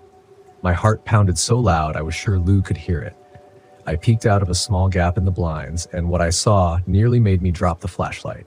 A man, pale and gaunt, was standing just a few yards away, his face turned toward the RV. He looked as if he hadn't seen sunlight in years, his skin almost translucent, with dark patches like bruises on his arms and neck. He had something in his hand, a large hunting knife, which he was tapping against his thigh in a steady rhythm. I swallowed hard and forced myself to stay still, hoping he'd go away if I didn't make a sound. But he didn't. He just kept standing there, staring at the RV like he could see through the walls. Then he started laughing, a low, humorless chuckle that made my skin crawl. Lou, bless his heart, stayed quiet but pressed against me, every muscle in his body tense. After what felt like hours, the man finally moved. He turned and walked back into the trees, leaving only his laughter echoing in the dark. I waited, every nerve in my body on high alert, but eventually I drifted off, too exhausted to stay awake any longer. The next morning, I checked outside. There were fresh boot prints all around the RV, along with deep gouges in the dirt where he had dragged the knife. The rocks from my fire pit were scattered again, only this time they were arranged in a shape I couldn't quite recognize, like some strange symbol. I knew I had to leave, but my RV wouldn't start. It had been running fine all week, but now it was as dead as a doornail. I tried to radio for help, but all I got was static. It was like someone or something wanted me to stay. Panic started setting in, but I knew I couldn't lose my cool. I grabbed a small hatchet I had packed and decided I'd hike out of there if it came to it. Lou and I could cover a few miles to the nearest road. As I prepared to leave, I spotted something hanging from a nearby tree. It was a crude scarecrow made of sticks and what looked like animal fur, with a human skull perched on top. The jaw was missing, just like the one I'd seen by the creek. My gut twisted. This guy wasn't just out to scare me. He wanted to make sure I knew he was watching. Waiting. I didn't waste any more time. Lou and I headed down the trail, sticking close to the path, moving as fast as we could, but the feeling of being followed never left me. I kept glancing over my shoulder, half expecting to see that man standing there with his knife. After a few hours of walking, I heard a voice calling my name. It was low, almost a whisper, but unmistakable. I couldn't tell where it was coming from, but it was close. Too close. My heart was pounding like a drum, but I forced myself to keep moving. Lou was whimpering, pressing against my leg, clearly just as terrified. The voice kept calling over and over, each time sounding a little closer. Then I saw him. He was standing on the trail ahead of us, grinning. His teeth were sharp, broken in places, like he'd been gnawing on something hard. He raised his knife, pointing it at me like an invitation.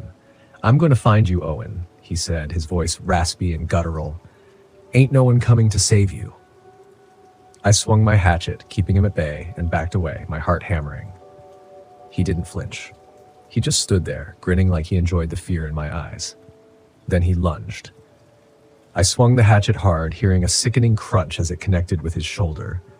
He let out a low, guttural scream, but didn't stop. He kept coming, even with blood pouring down his arm. I ran, pulling Lou with me, not looking back until we reached the edge of the clearing where the RV was parked. I could still hear his laughter echoing through the trees, fading as I reached the vehicle. Miraculously, the RV started up on the first try, as if it had been waiting for me. I didn't look back. I didn't want to see if he was standing there, watching as I drove away. I floored it, heading straight for the nearest town, not stopping until I was miles away. When I finally reached a gas station, I stumbled out, barely able to speak. The attendant took one look at me and called the cops. A few hours later, after I'd calmed down enough to explain what happened, they sent out a search party. They didn't find him, just the remains of that makeshift scarecrow and the symbols etched into the dirt. They told me he was probably some local recluse, maybe a deranged survivalist who'd gone off the grid. But the look in their eyes told me they didn't believe that. Not really. Last I heard, they found another body near that campsite, a missing hiker who'd been out there a few months before. His jawbone was missing too. And every now and then I hear rumors from other campers, stories about a pale man with a knife who calls their name out in the woods. I haven't been back to the Smokies since, and I don't plan to. I thought a week alone in the Apache Sitgreaves National Forest would be the perfect way to clear my head after everything that had happened. The divorce, leaving the military, and that nagging feeling I'd wasted years of my life. I figured some isolation would help me reset, so I packed up my RV, grabbed my gear, and drove deep into the heart of the forest. I should have known better when I first pulled into the campsite. I felt that familiar sense of calm I used to get on deployment, a kind of satisfaction that comes with being prepared for whatever the wilderness might throw at me. The Apache Sitgreaves is a vast, rugged place, and this far in, you don't see many other campers. That's why I picked it.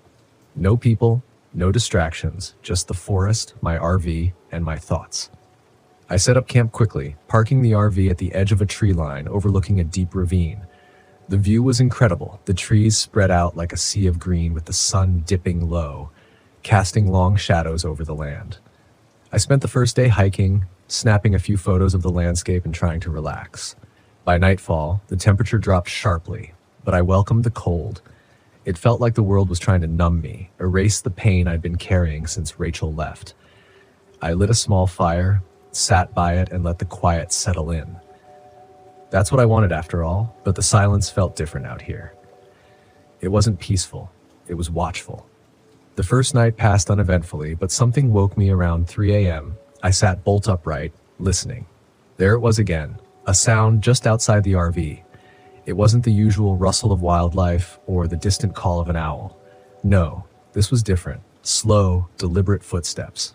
At first, I thought maybe another camper had wandered into my area, but when I peered through the window, all I saw was blackness, the dense trees illuminated only by the faint moonlight. I grabbed my flashlight and stepped outside. The cold air hit me immediately, sharp and biting. I swept the beam of light across the campsite, scanning the edges of the trees. The footsteps had stopped. Nothing moved. The fire had long since died out, leaving behind only a few glowing embers. No signs of anyone. I convinced myself it was probably just an animal and went back inside, locking the door behind me. But even as I lay back down, the hairs on the back of my neck stayed up, like I wasn't alone. By the second day, I was already starting to feel the isolation. The weather was turning colder than I'd expected, and to make matters worse, the RV's heater was acting up. It kept cutting out, leaving the inside freezing. At night, I spent hours trying to figure out what was wrong, but it was no use. I'd have to tough it out. I hiked out again that afternoon, looking for some distraction. The forest was beautiful, but in an unforgiving way. The trails were rough, and after a while, I veered off the main path looking for more secluded spots to explore. I told myself it was for the photography, but really, I just wanted to be somewhere no one could find me. That's when I first saw the carvings. At first, I didn't even notice them. They were subtle, old, just faint marks on the trees. I stopped to take a break and caught sight of one right in front of me. A series of lines etched into the bark, almost like a symbol. I ran my fingers over it, feeling the grooves. It wasn't natural. Someone or something had put it there. As I moved on, I found more of them, scattered and in no particular pattern, but close enough to make me uneasy. They circled the area where I'd set up camp, like some kind of boundary. I shook off the strange feeling gnawing at my gut. This forest was old. People had been here long before me, carving symbols and marks for reasons long forgotten. Nothing to worry about. But I didn't stop worrying. That night I woke up again, the same time as before, 3 a.m. The footsteps were back, closer this time. The sound was unmistakable, soft but deliberate, like someone walking slowly around the RV, testing the ground with each step. I held my breath, listening. The footsteps circled the RV, paused, then resumed. My heart pounded in my chest. I reached for the flashlight but hesitated. What if it wasn't a person? What if it was something else? The footsteps stopped. Dead silence. Then I heard the tapping. Soft, rhythmic taps on the windows. My mouth went dry. I couldn't move, couldn't breathe. The taps grew louder, more insistent, coming from all sides of the RV now. I forced myself to get up slowly and crept to the nearest window. My hands shook as I pulled the curtain back just a little. The beam of my flashlight cut through the darkness outside. Nothing. Just the forest and the shadows. But when I looked again, I saw it. A handprint pressed against the glass, smudged and distorted, like someone or something had leaned in close. The print was too large to be human. Its fingers were long, unnaturally so, and the palm had an odd, warped shape to it. I stumbled back, dropping the flashlight, my heart hammering in my chest. I don't know how long I stood there frozen, but the tapping eventually stopped. The air felt thick, like it was pushing down on me, suffocating me. I stayed awake the rest of the night, gripping my hunting knife, waiting for the footsteps to return. By the third day, I was ready to leave. I packed my gear and decided to head out early. Whatever had been out there the night before, I didn't want to find out. But when I tried to start the RV, the engine wouldn't turn over. I tried again and again, but nothing. Dead. The frustration boiled over into panic. I was stranded. I grabbed my map and decided I'd have to hike out to the nearest ranger station, a few miles away. It wasn't ideal, but I couldn't stay here another night, not with whatever was out there. I set off down the trail, moving fast. The cold had seeped into my bones, but I pushed on, hoping to make it before dark. The forest felt different now, darker, heavier. Every sound seemed amplified. Every shadow hiding something just out of sight, and the feeling of being watched, it never went away. About halfway to the station, I heard it again, footsteps that weren't my own. I stopped, listening. My hand rested on the knife at my side. Then I heard a voice. It came from behind me, soft and distant. Liam. I froze. My blood ran cold. Liam, help me. The voice was familiar, too familiar. It was Rachel's voice, my ex-wife, but she wasn't here. She couldn't be here. I turned slowly, scanning the trees. Nothing. Liam, her voice again, closer this time. I felt a wave of nausea roll over me. This wasn't real. It couldn't be. My mind was playing tricks on me. I started walking again, faster this time, my eyes darting around looking for any sign of movement. The voice followed me, calling my name over and over. I clenched my fists, trying to block it out, trying to focus on the trail. But then I saw it. Standing in the middle of the path, not 20 feet ahead, the figure was tall, too tall to be human. Its limbs were long and thin, draped in tattered rags that seemed to shift in the wind. Its face? There was no face. Just a void, a swirling mass of darkness where its features should have been. Its eyes, though. Its eyes were glowing, bright yellow, like two embers burning in the night. I stumbled back, my heart racing. The thing didn't move. It just stood there, watching me, waiting. I fumbled for my knife, holding it out in front of me, though I knew it wouldn't do any good. My mind raced, trying to make sense of what I was seeing, but there was no sense to it. This thing wasn't human. It wasn't natural. The Watcher, something from old Apache legends, stories I'd heard long ago, was real, and it had found me. The thing took a step forward, and I turned and ran. I didn't care where I was going anymore. I just needed to get away. I don't remember much of the run. It was a blur of trees and shadows, the forest closing in on me as I tore through the underbrush, branches clawing at my clothes. The Watcher's eyes burned into my back. Somehow I made it to the ranger station. I don't know how, but when I stumbled into the clearing and saw the small building, I nearly collapsed in relief. I burst through the door, breathless and shaking. The ranger inside looked up, startled, but I couldn't form the words to explain what had happened. I didn't need to. When I finally caught my breath, I told him everything, the footsteps, the handprints, the thing in the forest. He didn't believe me, of course. Why would he? He checked my RV later, saw the scratches and the smudged handprint, but still shrugged it off. Probably just a bear, he said, but I know better. As I sit here now writing this down, I can still feel it, the Watcher's eyes on me. It's waiting, watching, and it'll follow me no matter where I go. Some things you can't outrun. It's funny. The things you think you'll remember about your life and the things that actually stick. For me, it's the smell of sulfur. Not the kind you expect to find in a park, right? But that's the thing. When you work as a ranger, you learn real quick that nature doesn't care what you expect. My name's Felix Doss, and in 2014, I was stationed in the Allegheny National Forest in Pennsylvania. It wasn't my first choice. I'd requested Yosemite. Dream big, right? But the budget had other plans for me. Turns out I got more excitement out here than I ever would have in a place with a view like that. I wasn't exactly the outdoorsy type growing up, city boy through and through. But after working a few dead-end jobs, I figured, why not go somewhere with actual fresh air? I thought it would be peaceful. Solitude, you know? The kind that gives you space to figure things out. What no one tells you about solitude is that it gives you too much time to think. Eventually, you start hearing things that aren't there.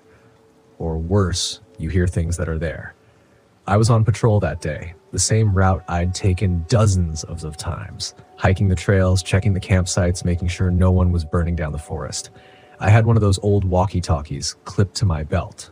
Never really worked, but protocol and all. Around mid-afternoon, I reached this spot called Dead Man's Overlook. It's not as morbid as it sounds. Some local legend about a miner who slipped and fell there back in the 1800s. The story never made much sense, but locals clung to it like an heirloom. Tourists loved it too. It's got a view that stretches for miles, thick trees and a river cutting through the valley. Nothing about it screamed danger to me until I saw the smoke. Normally, I'd figure it was some camper with more enthusiasm than skill trying to start a fire, but this smoke was different, thick and dark, like it had an agenda.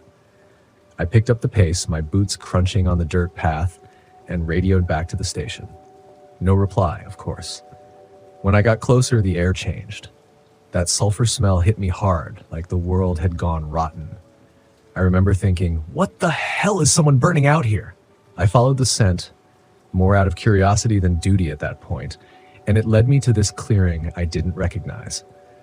I'd covered the area 100 times, but I'd never seen this spot before. Not once. There was something wrong about the place. The trees were older here, thick and gnarled like they'd seen too much. The clearing was small, just a patch of bare earth surrounded by forests so dense it blocked out the sun. And in the middle of it was a fire, if you could call it that. More like embers glowing in a circle. Almost ritualistic. There were bones too, not animal, human. Some looked old, but a few had fresh meat clinging to them, like whoever left them here hadn't finished their work. That's when I heard it. Not a growl, not a roar, more like a scraping sound, like something dragging itself through the underbrush. My first instinct was to call it in, but of course the walkie was useless. Figures. I crouched low, pulling out the only weapon I had, a standard issue knife. Nothing fancy, but sharp enough to get the job done. As I listened, the sound got closer, more deliberate. I scanned the trees, looking for movement. And that's when I saw it. It moved like a deer, but it sure as hell wasn't one. Too big for one thing, easily 8 feet tall when it stood up on its hind legs. Its body was gaunt, almost skeletal, with skin stretched so tight over its frame that I could see every bone and tendon. The face, if you can call it that, was elongated with a snout like a wolf, but something about it was off, like a child's drawing of a wolf, exaggerated and wrong. Its mouth was full of teeth that didn't fit together, jagged and uneven, like they'd been shoved in there without care for symmetry. And those legs, God, those legs, they bent backward like a dog's, but longer and more human. It moved fast despite its appearance, low, forward, like it was used to this place, like it owned it. And then it stopped, standing just outside the clearing, watching me with something that felt uncomfortably close to intelligence. I didn't move, didn't even breathe, and for a moment, neither did it. We were locked in some kind of stalemate, both sizing each other up. I've seen wolves before, coyotes too, but this thing wasn't like that. It wasn't hunting for food. It was hunting for sport, maybe even for fun. When it lunged there, I said it was so fast I barely had time to react. I rolled to the side, slashing at it with my knife. I swear I hit it, but the blade might as well have been a toothpick. It just kept coming. I ran my proudest moment, but I wasn't sticking around to see how that thing liked its ranger cooked. I tore through the woods, branches smacking me in the face, my legs burning from the effort. It was close. I could hear it behind me, that same scraping noise getting louder. I had no idea where I was going, just that I had to keep moving. At some point, I broke through the trees and into another part of the forest, somewhere more familiar. I think it was pure luck, honestly. That's when I heard it. Them, actually. Voices. Human voices. I sprinted toward them, stumbling into a campsite where two guys were just hanging out, completely oblivious to the nightmare I just escaped. They looked at me like I'd lost my mind. And maybe I had. I didn't even try to explain. I just yelled for them to run. One of the guys, a big dude with a beard, looked like he was about to argue, but the sound of that thing crashing through the trees changed his mind real quick. We bolted together, all three of us, and I'm not ashamed to admit that one of them outran me. Adrenaline does that to people, I guess. We made it to my truck somehow. I don't remember the details, just the panic and the sheer primal need to get the hell out of there. The thing didn't follow us past the tree line, but I could feel it watching. I know I said I wouldn't mention eyes, but whatever that thing used to track us, it knew we'd gotten away. for now. Back at the station, I tried to file a report. That's protocol, right? I sat down at the desk, staring at the blank page, and realized I had no idea how to describe what had happened. How do you tell someone that the forest, the place you're supposed to protect, just turned on you? That something out there was hunting people, and I had no idea how to stop it? I wrote something vague about suspicious activity and left it at that. What else could I do? I wasn't about to throw my career away on a story no one would believe. The next day, I went back to the clearing. I had to. Maybe I thought I could rationalize it, convince myself it had been some weird bear, or I don't know, a trick of the light. But when I got there, the clearing was gone. Not like someone had cleaned it up, gone, like it had never been there. The trees were just as thick as they'd always been. No signs of a fire, no bones, nothing. I stood there for what felt like an hour, just staring at the spot where I knew I'd seen the bodies, the embers. Then I turned around and walked back to the truck. There wasn't anything else to do. The other guys, I don't know what happened to them after that. They packed up and left the park the next morning. Didn't say much, just gave me this look like they knew something too, but didn't want to talk about it. Can't say I blame them. Some things are better left unsaid. As for me, I put in a transfer request the day after. Figured maybe Yosemite wasn't so bad after all. And if anyone ever asks me why I left Allegheny, I've got a simple answer ready. Bad Wi-Fi. Keeps things light, you know? Plus, it's technically true. I always hated feeling tethered to anything. So when the relationship ended, I knew I had to get away. No more distractions, no more emotional baggage. I just needed a break. Crater Lake seemed perfect. Beautiful, isolated, and most importantly, quiet. I packed my old RV, grabbed some hiking gear, and headed out for a long weekend of camping. I arrived late in the afternoon, the sun already beginning to set behind the towering cliffs surrounding the lake. Crater Lake was as stunning as I'd imagined. Deep blue waters so clear they reflected the sky, encircled by jagged cliffs that loomed like ancient sentinels. The park was busy enough near the main viewpoints, but I was smart. I'd found a campsite far from the crowds, tucked away near the southeastern shore where the trees were thick and the lake was quieter, almost unnervingly so. It was just what I wanted. Solitude. But as I parked my RV and set up camp, a strange feeling settled over me. The wind was too still, and even though the lake was calm, there was a low hum in the air, like the whisper of something just out of earshot. I shook it off. Just nerves, I told myself. Nothing to worry about. After all, I hadn't done a solo trip like this since before I met Sarah. The memories tugged at me, but I pushed them away. I spent the first evening by the fire, watching the stars come out as the lake turned to ink. Crater Lake was famous for its clarity, its mirror-like surface reflecting everything above it perfectly, but tonight the water looked different, darker, maybe even opaque. I stared out across the lake, trying to ignore the strange tightness in my chest when I heard it. A faint sound carried on the wind, laughter, childlike, distant, but unmistakable. I sat up, listening harder. The night was still, but there it was again, faint but clear. I scanned the shoreline, looking for anyone else camping nearby. Nothing but fog creeping over the water and the flickering shadows of my fire. Probably kids playing somewhere across the lake, I muttered to myself, though I didn't believe it. I was too far out. The ranger had said as much when I checked in. This spot was about as secluded as you could get. Besides, the laughter didn't sound right. It was high-pitched, but it echoed strangely, like it was bouncing off the cliffs and the water at the same time. Shaking my head, I stood and stoked the fire, trying to lose myself in the warmth. The sound died away after a few minutes, and eventually I convinced myself it was nothing. Just the wind, or maybe my tired mind playing tricks on me. It had been a long drive after all. I crawled into the RV that night, settling in for what I hoped would be a peaceful sleep. But the unease stayed with me, clinging to my mind like the fog that now blanketed the campsite. I dreamt of the lake, shapes moving beneath the surface, dark and indistinct, like hands reaching up from the depths. The next day was better. I hiked along the rim of the lake, took in the views, and even managed to shake off some of the weird vibes from the night before. The sunlight was bright and reassuring, cutting through the mist, and the water looked clearer now. less murky. I convinced myself I'd just been tired. That's all it had been. By afternoon, I decided to take the kayak out. The water was calm, almost unnaturally so. The kayak sliced through the surface effortlessly, and for a while I let myself enjoy it.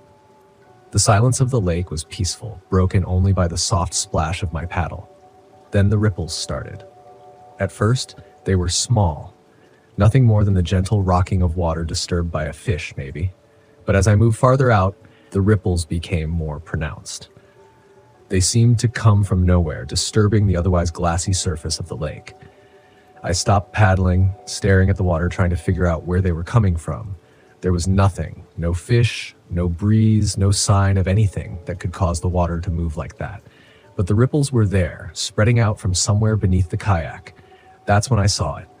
A dark shape, maybe 15 feet below, moving slowly. It was too large to be a fish and too humanoid to be anything I could easily explain. It floated there for a moment before drifting deeper, vanishing into the darkness. I blinked, gripping my paddle tighter. My heart raced, but I forced myself to breathe.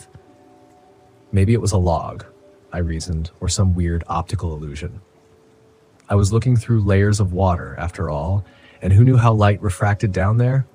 But deep down, I didn't believe it. I paddled back to shore faster than I cared to admit, my eyes glued to the water the whole time, watching for any more signs of movement. By the time I made it back to my campsite, the sun was starting to dip, and the fog was rolling in again, thicker this time.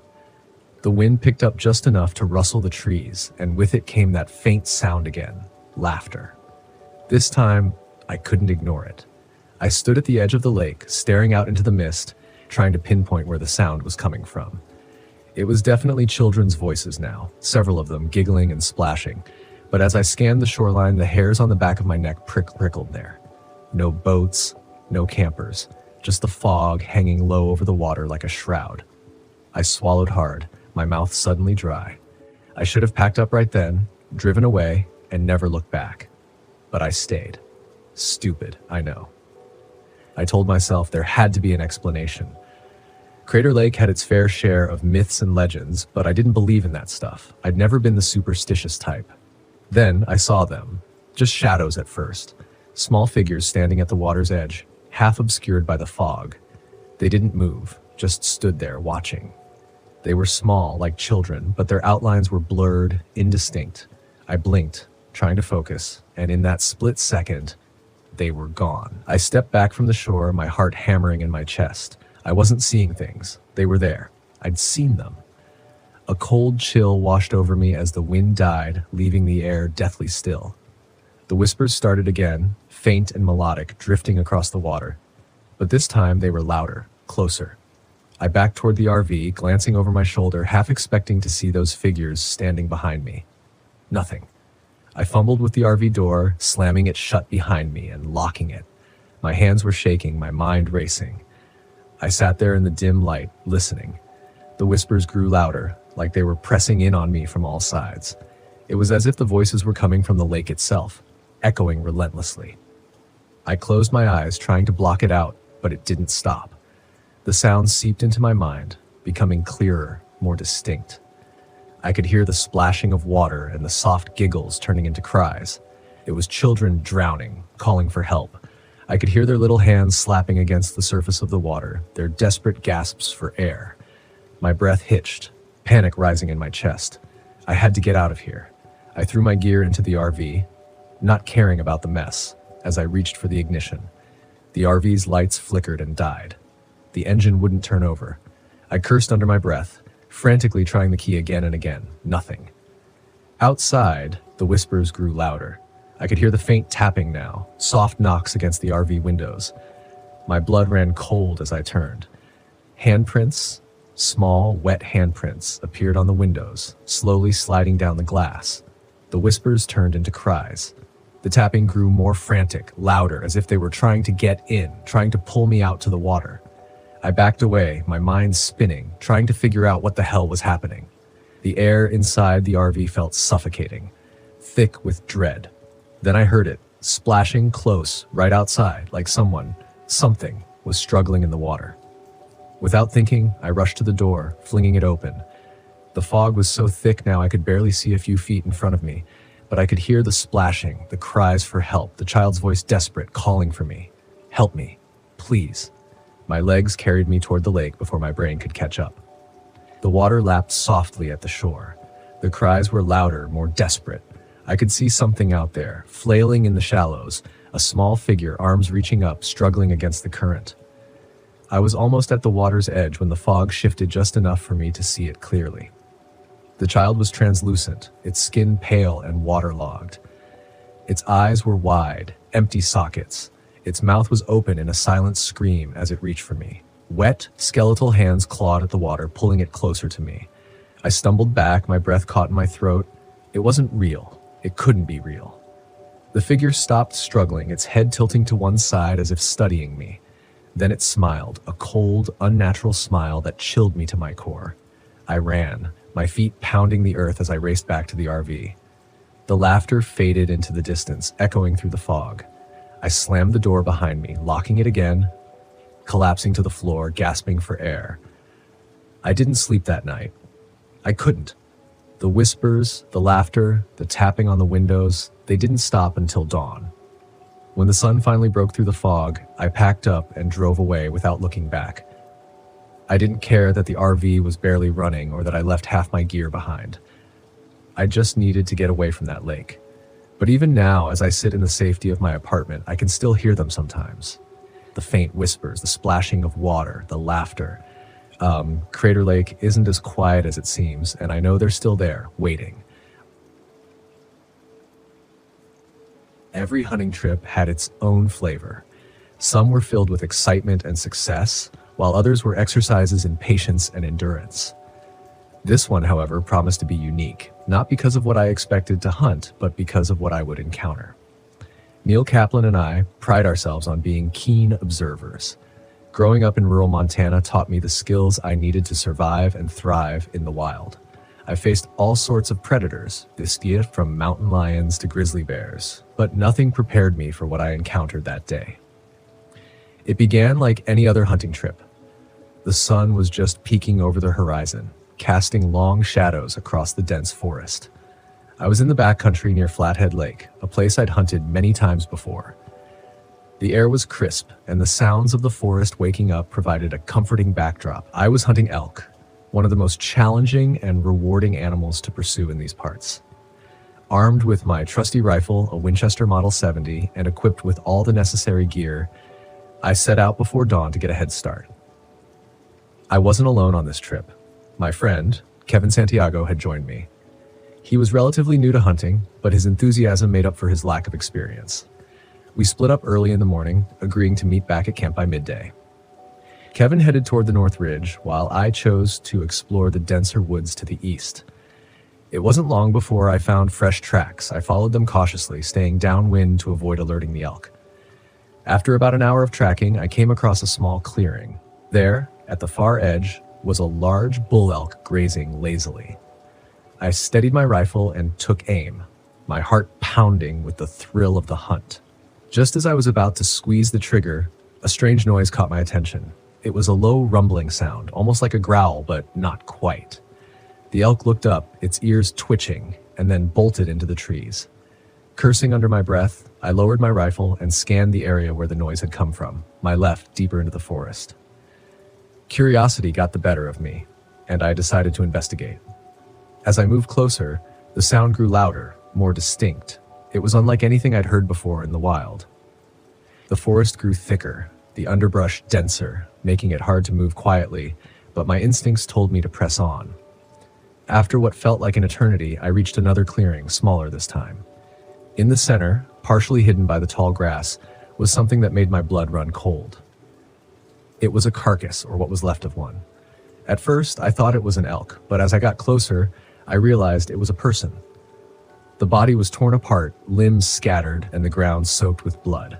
The sight was gruesome enough to make even a seasoned hunter like me feel nauseous. I knelt beside the body, trying to make sense of the scene. There were deep gashes and bite marks, too large for any animal I knew. My mind raced, trying to piece together what could have done this. And then I saw the footprints. They were massive, larger than any bear's, and had an unusual pattern, almost reptilian. My first thought was to find Kevin.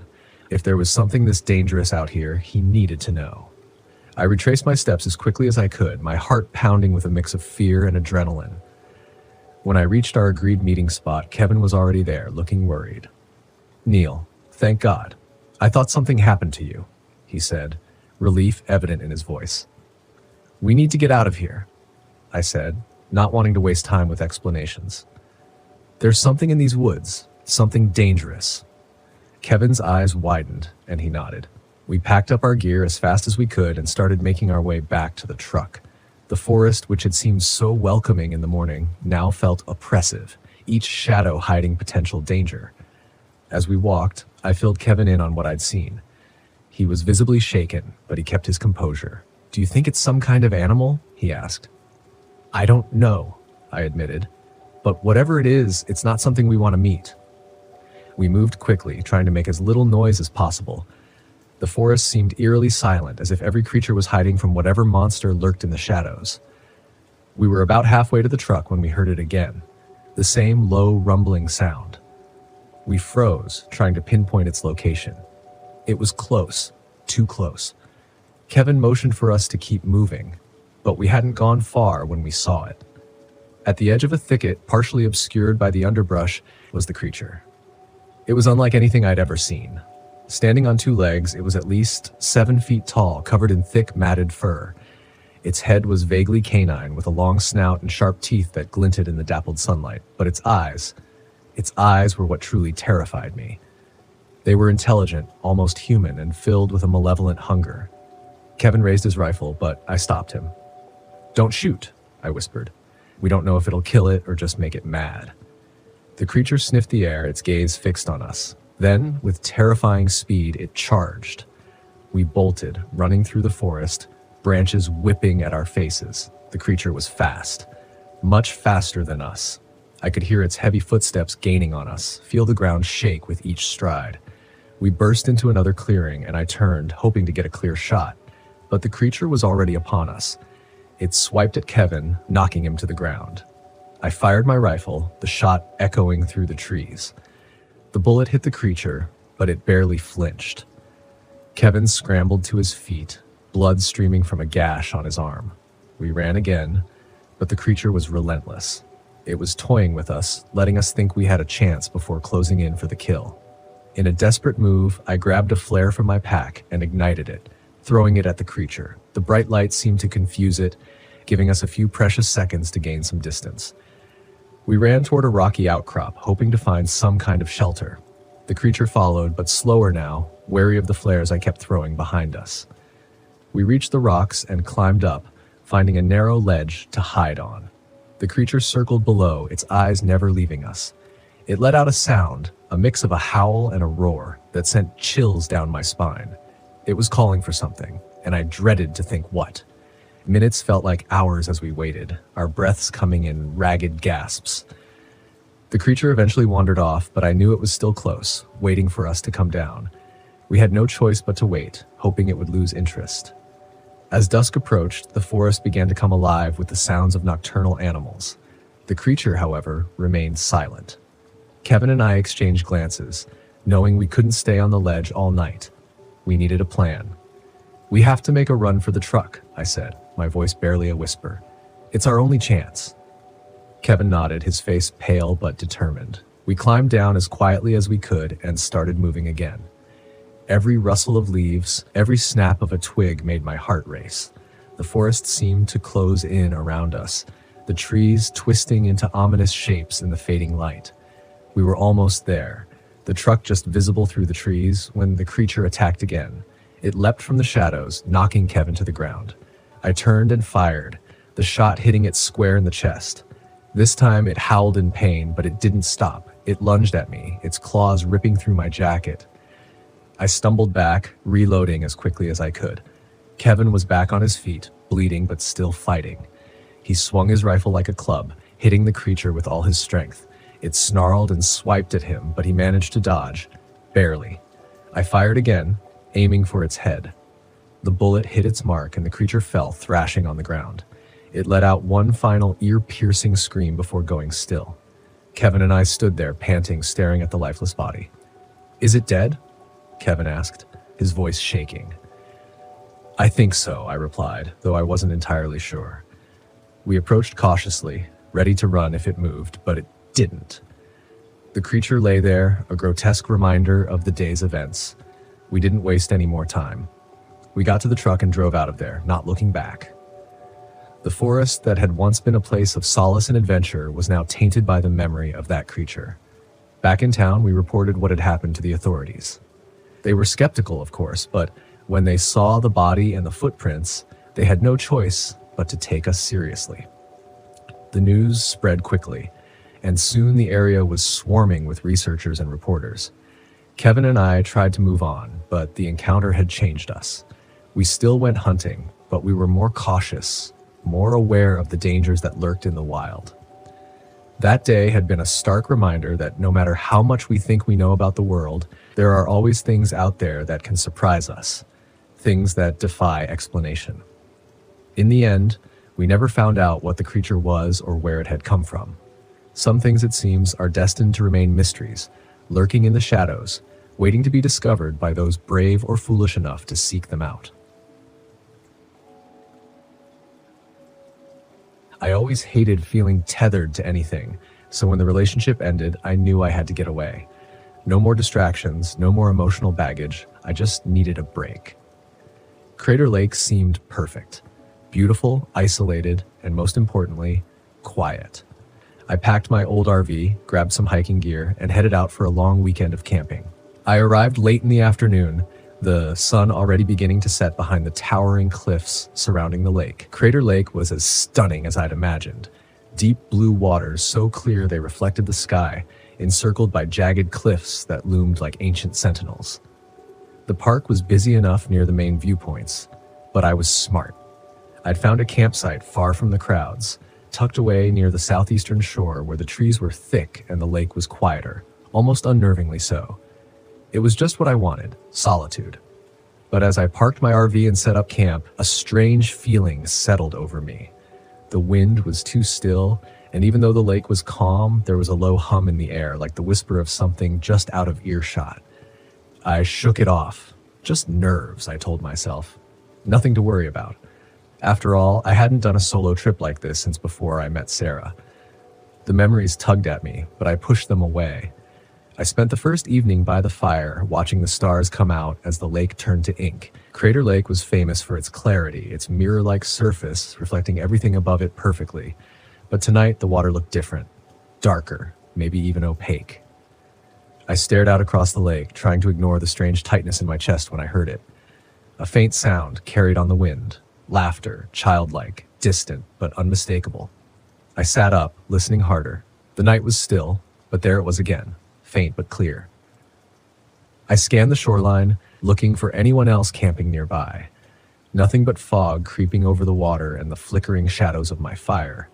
Probably kids playing somewhere across the lake, I muttered to myself, though I didn't believe it. I was too far out. The ranger had said as much when I checked in. This spot was about as secluded as you could get. Besides, the laughter didn't sound right. It was high-pitched, but it echoed strangely, like it was bouncing off the cliffs and the water at the same time. Shaking my head, I stood and stoked the fire, trying to lose myself in the warmth. The sound died away after a few minutes, and eventually I convinced myself it was nothing, just the wind or maybe my tired mind playing tricks on me. It had been a long drive, after all. I crawled into the RV that night, settling in for what I hoped would be a peaceful sleep. But the unease stayed with me, clinging to my mind like the fog that now blanketed the campsite. I dreamt of the lake, shapes moving beneath the surface, dark and indistinct, like hands reaching up from the depths. The next day was better. I hiked along the rim of the lake, took in the views, and even managed to shake off some of the weird vibes from the night before. The sunlight was bright and reassuring, cutting through the mist, and the water looked clearer now, less murky. I convinced myself I'd just been tired. That's all it had been. By afternoon, I decided to take the kayak out. The water was calm, almost unnaturally so.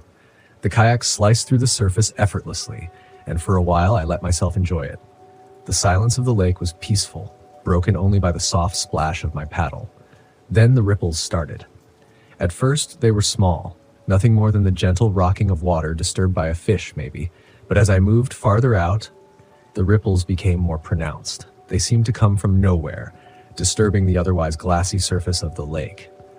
I stopped paddling, staring at the water, trying to figure out where they were coming from. There was nothing. No fish, no breeze, no sign of anything that could cause the water to move like that. But the ripples were there, spreading out from somewhere beneath the kayak. That's when I saw it. A dark shape, maybe 15 feet below, moving slowly. It was too large to be a fish and too humanoid to be anything I could easily explain. It floated there for a moment before drifting deeper, vanishing into the darkness. I blinked, gripping my paddle tighter. My heart raced, but I forced myself to breathe. Maybe it was a log, I reasoned, or some weird optical illusion. I was looking through layers of water, after all, and who knew how light refracted down there? But deep down, I didn't believe it. I paddled back to shore faster than I cared to admit, my eyes glued to the water the whole time, watching for any more signs of movement. By the time I made it back to my campsite, the sun was starting to dip and the fog was rolling in again, thicker this time. The wind picked up just enough to rustle the trees, and with it came that faint sound again. Laughter. This time I couldn't ignore it. I stood at the edge of the lake, staring out into the mist, trying to pinpoint where the sound was coming from. It was definitely children's voices now, several of them giggling and splashing. But as I scanned the shoreline, the hairs on the back of my neck prickled. There was no one there, no boats, no campers, just the fog hanging low over the water like a shroud. I swallowed hard, my mouth suddenly dry. I should have packed up right then, driven away, and never looked back. But I stayed. Stupid, I know. I told myself there had to be an explanation. Crater Lake had its fair share of myths and legends, but I didn't believe in that stuff. I'd never been the superstitious type. Then I saw them, just shadows at first. Small figures standing at the water's edge, half obscured by the fog. They didn't move, just stood there, watching.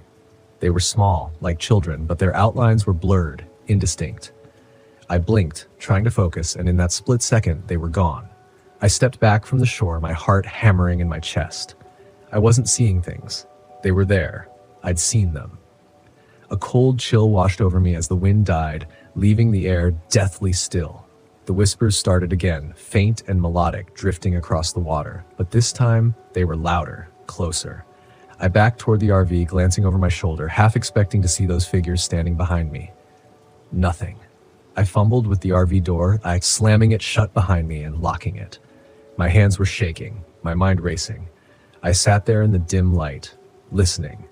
The whispers grew louder, like they were pressing in on me from all sides. It was as if the voices were coming from the lake itself, echoing relentlessly. I closed my eyes, trying to block it out, but it didn't stop. The sounds seeped into my mind, becoming clearer, more distinct. I could hear the splashing of water and the soft giggles turning into cries. It was children drowning, calling for help. I could hear their little hands slapping against the surface of the water, their desperate gasps for air. My breath hitched, panic rising in my chest. I had to get out of here. I threw my gear into the RV, not caring about the mess as I reached for the ignition. The RV's lights flickered and died. The engine wouldn't turn over. I cursed under my breath, frantically trying the key again and again. Nothing. Outside, the whispers grew louder. I could hear the faint tapping now, soft knocks against the RV windows. My blood ran cold as I turned. Handprints, small wet handprints, appeared on the windows, slowly sliding down the glass. The whispers turned into cries.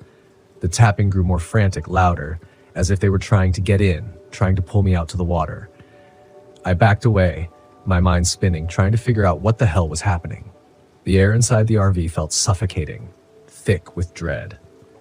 Then I heard it, splashing, close, right outside, like something, was struggling in the water. Without thinking, I rushed to the door, flinging it open. The fog was so thick now I could barely see a few feet in front of me, but I could hear the splashing, the cries for help, the child's voice desperate, calling for me. Help me. Please. My legs carried me toward the lake before my brain could catch up. The water lapped softly at the shore. The cries were louder, more desperate. I could see something out there, flailing in the shallows, a small figure, arms reaching up, struggling against the current. I was almost at the water's edge when the fog shifted just enough for me to see it clearly. The child was translucent, its skin pale and waterlogged. Its eyes were wide, empty sockets. Its mouth was open in a silent scream as it reached for me. Wet, skeletal hands clawed at the water, pulling it closer to me. I stumbled back, my breath caught in my throat. It wasn't real. It couldn't be real. The figure stopped struggling, its head tilting to one side as if studying me. Then it smiled, a cold, unnatural smile that chilled me to my core. I ran, my feet pounding the earth as I raced back to the RV. The laughter faded into the distance, echoing through the fog. I slammed the door behind me, locking it again, collapsing to the floor, gasping for air. I didn't sleep that night. I couldn't. The whispers, the laughter, the tapping on the windows, they didn't stop until dawn. When the sun finally broke through the fog, I packed up and drove away without looking back. I didn't care that the RV was barely running or that I left half my gear behind. I just needed to get away from that lake. But even now, as I sit in the safety of my apartment, I can still hear them sometimes. The faint whispers, the splashing of water, the laughter. Crater Lake isn't as quiet as it seems, and I know they're still there, waiting. My name is Claire Bennett, and in the summer of 2006, I found myself in the thick of the Okefenokee National Wildlife Refuge, right on the Georgia-Florida line. Now, if you've ever been there, you know Okefenokee has that swampy, steamy vibe that feels like it hasn't changed in centuries. And yeah, it's as fun to trudge through as it sounds. My buddies back in Montana thought I was nuts for signing up for this search and rescue gig out here, especially in a place most folks don't go, even if they're paid to. But when you're pushing 50 and your back ain't quite what it used to be, desk jobs start looking like the last lifeline. I thought this was the perfect blend. Some paperwork, some patrols, nothing too intense, except I was wrong. Way wrong. One August morning, just as the day was heating up, I got a call about a missing man. His wife reported him after he didn't make it back to their RV at one of the designated camping spots near the swamp's edge. Frankly, I figured it was one of those cases where the guy decided to take a longer than planned fishing trip, or maybe got a little turned around. Happens a lot. But when I grabbed my gear, I couldn't shake this snagging feeling, like a prickling at the back of my neck. I blamed it on lack of sleep and maybe a slight hangover from the night before. I headed to the swamp with the junior ranger, John Alaskan, fresh out of whatever nature program he crawled from, all wide-eyed and eager. As we pushed through the thick underbrush, he kept spouting off stats about Okefenokee's wildlife like I'd signed up for a swamp tour. Gators, herons, rattlers. He had facts about them all. Great kid, but enthusiasm wasn't what we needed out here. About an hour in, we found the man's backpack snagged on a tree branch, half submerged in mud. Nothing too alarming until I saw the way it was hanging, like it had been torn or ripped. The swamp had this eerie quiet about it. It wasn't just the absence of birds or bugs. It was a dead silence that crawled under your skin. I muttered to John to keep his voice down, though I didn't really know why. Guess instinct has a funny way of making itself known when you need it. By noon, we were deep into the cypress trees. Spanish moss dripped down like some kind of haunted tinsel, and the place had an otherworldly feeling, like stepping back in time. That's when we saw it, the body, or what was left of it. Half in the water, mangled like a rag doll, and yet somehow not quite lifelike. His face was a mess of scratches, and his shirt, shredded beyond repair, clung to his torso. John went pale. I could see him trying to keep it together, but his breath came short and fast, like he was about to hurl. I wanted to tell him this was the worst of it, that this was the thing we'd tell ghost stories about later, but then I saw the marks. Now, I've seen what gators can do to a person, and this wasn't a gator. Whatever did this to the man had left puncture marks all over his legs and shoulders, too far apart for any known creature in these swamps. It looked like a set of jaws, but there was something off, like the bite pattern was trying to mimic a crocodile, but bigger, way bigger. And the teeth weren't rounded like a gator's.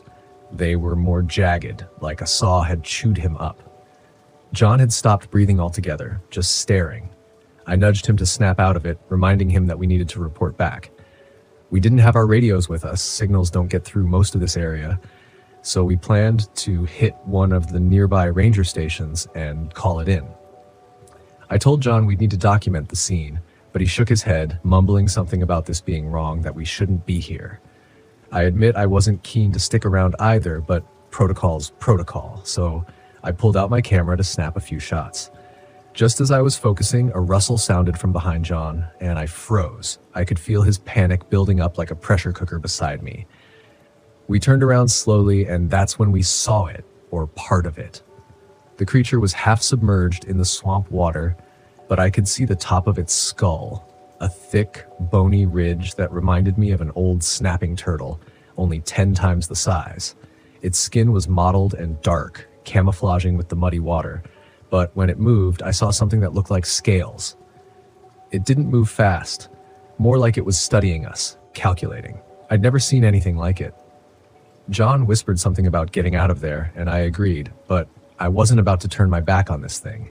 We stepped back slowly, trying to keep our movement smooth. It tracked us, eyes following every step, head slightly tilted like it was waiting. I kept my camera down, afraid the flash might set it off. It was like a standoff, us on the muddy bank, it half hidden in the swamp water. Out of nowhere, it lunged forward. Not fast, not charging, just a quick lurch that covered a terrifying amount of ground.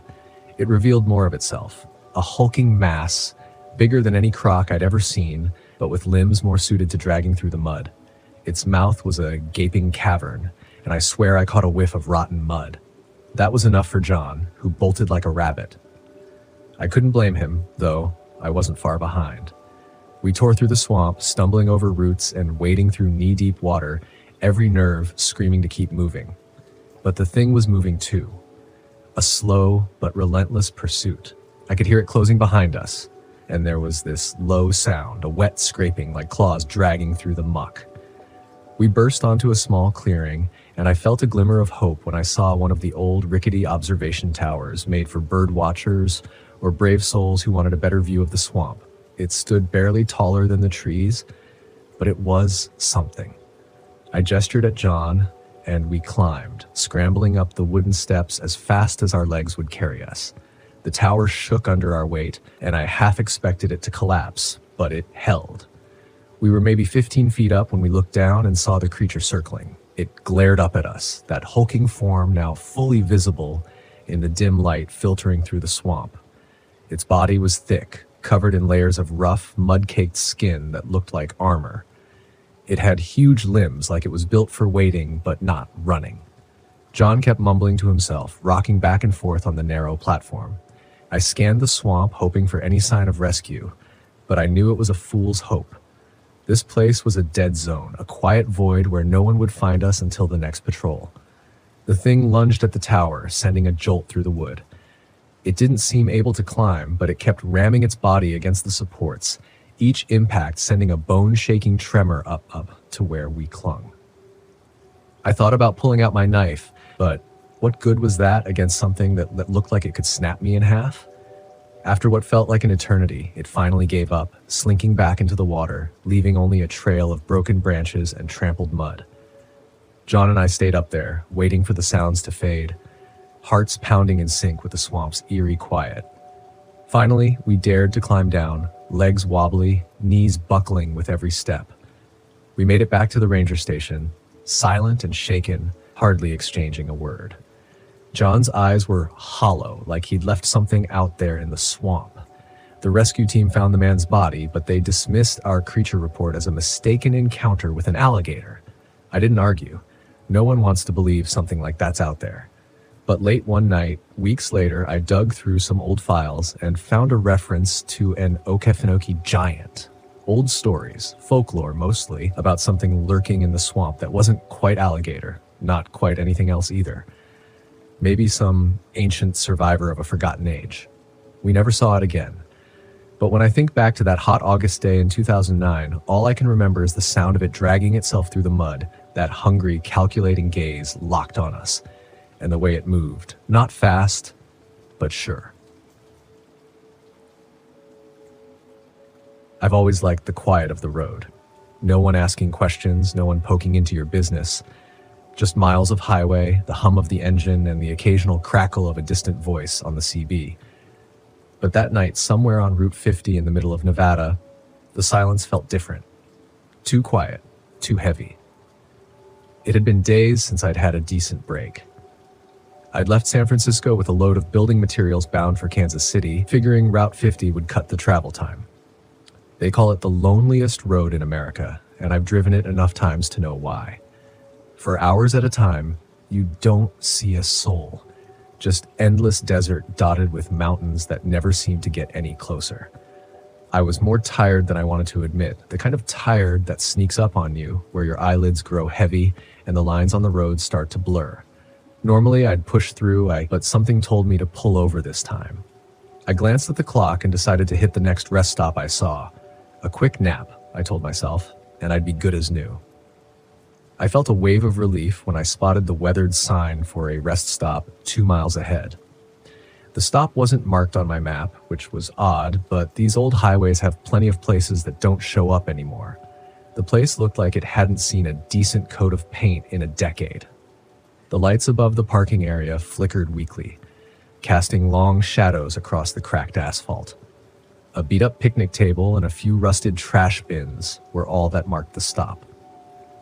The restroom building sat off to the side, its windows dark, and the air around it felt heavy, like it hadn't been disturbed in years. I pulled the rig into the lot and killed the engine. Silence settled in around me, pressing through the windows. I leaned back in the driver's seat, rubbing my face. I just needed a few hours of sleep, and I'd be good to go. But before I could settle in, nature called. Typical. With a sigh, I grabbed my flashlight and climbed out of the cab. The night air was cold, much colder than I'd expected for Nevada, and the wind carried a strange scent, dry, with an underlying hint of something rotten. I wrinkled my nose, but kept moving toward the restroom. The building was worse up close. Graffiti covered the exterior, but it wasn't the usual stuff. No names or crude drawings. These were symbols, spirals, triangles, strange geometric shapes I couldn't quite place. Some of them were carved deep into the wood, like they'd been there a long time.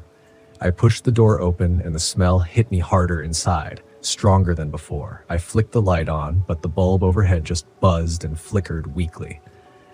I turned on my flashlight and swept it across the room. The place was empty, as I expected, but the walls were covered in more of those symbols. Dozens of them, carved into the tiles, drawn on the mirrors. I did my business quickly, trying to ignore the feeling that those symbols were watching me, and made my way back out to the parking lot. That's when I saw the first figure. It was standing just beyond the reach of the flickering lights, a man in a heavy coat, his back to me, staring out into the desert. For a second, I considered calling out to him, but something about the way he stood there, so still, so quiet, made my gut twist. I stopped in my tracks, trying to decide if I should just get back in the truck and go. But the man didn't move. He didn't even seem to notice I was there. Maybe he was just another trucker, but I hadn't seen another rig on the road in hours. I took a step back toward my truck, keeping an eye on the figure. When I reached for the door handle, my fingers brushed something cold. Too cold. I pulled my hand back, confused, and shone the flashlight on the handle. Symbols. Those same spirals and triangles scratched into the metal of my door. My heart started racing. I hadn't seen them there before. I would have noticed. I swallowed hard, scanning the lot, but the figure was gone, just vanished. I fumbled with the door, pulling it open and climbing back into the cab as fast as I could. I locked the doors and sat there, trying to steady my breathing, trying to shake off the feeling that something was terribly wrong. I'd driven across the country dozens of times, stopped in every kind of rundown, creepy rest stop imaginable, but nothing like this. The radio crackled to life suddenly, nearly making me jump out of my skin. For a second, I thought it was just picking up static, but then a voice broke through, low, distorted. "Frank." My heart skipped a beat. I snatched the CB mic. "Who is this?" Silence. I stared at the radio, waiting, but the voice didn't come back. I tried to convince myself I'd imagined it, that my mind was playing tricks on me, but the sound of my name, it was too clear. I glanced out the window again, half expecting to see the man in the coat, but the lot was empty.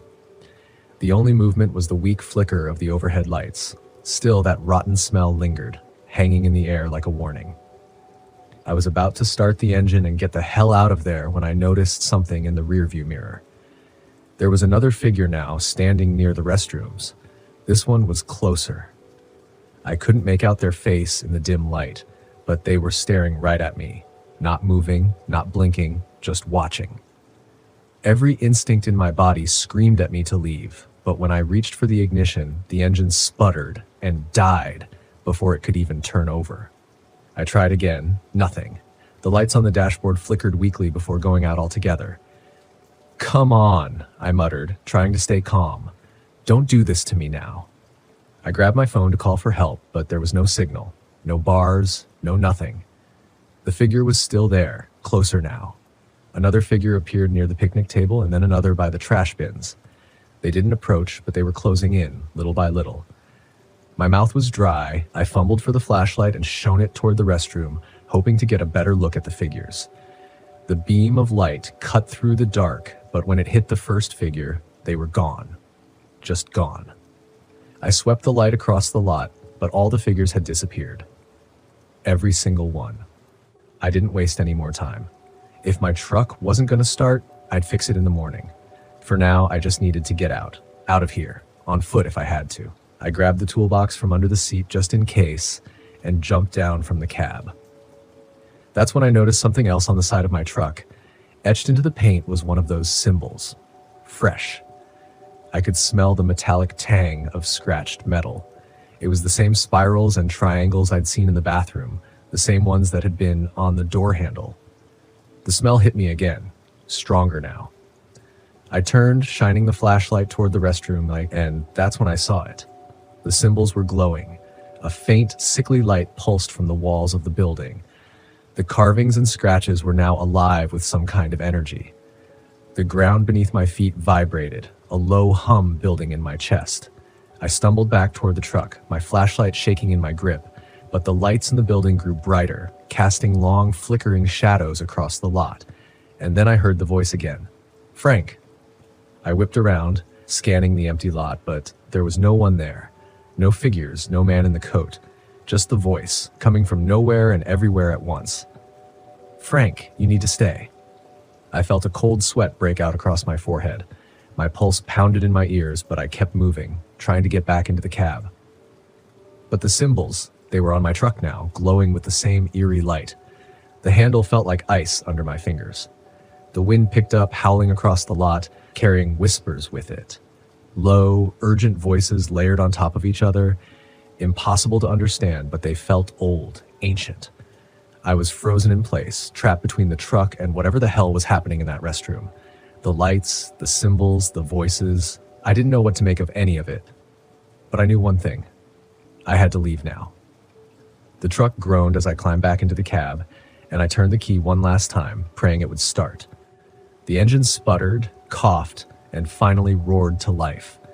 Without another thought, I slammed the truck into gear and floored it out of the lot, the tires skidding on the cracked asphalt. The rest stop disappeared in the rear-view mirror, the glowing lights and symbols fading into the distance.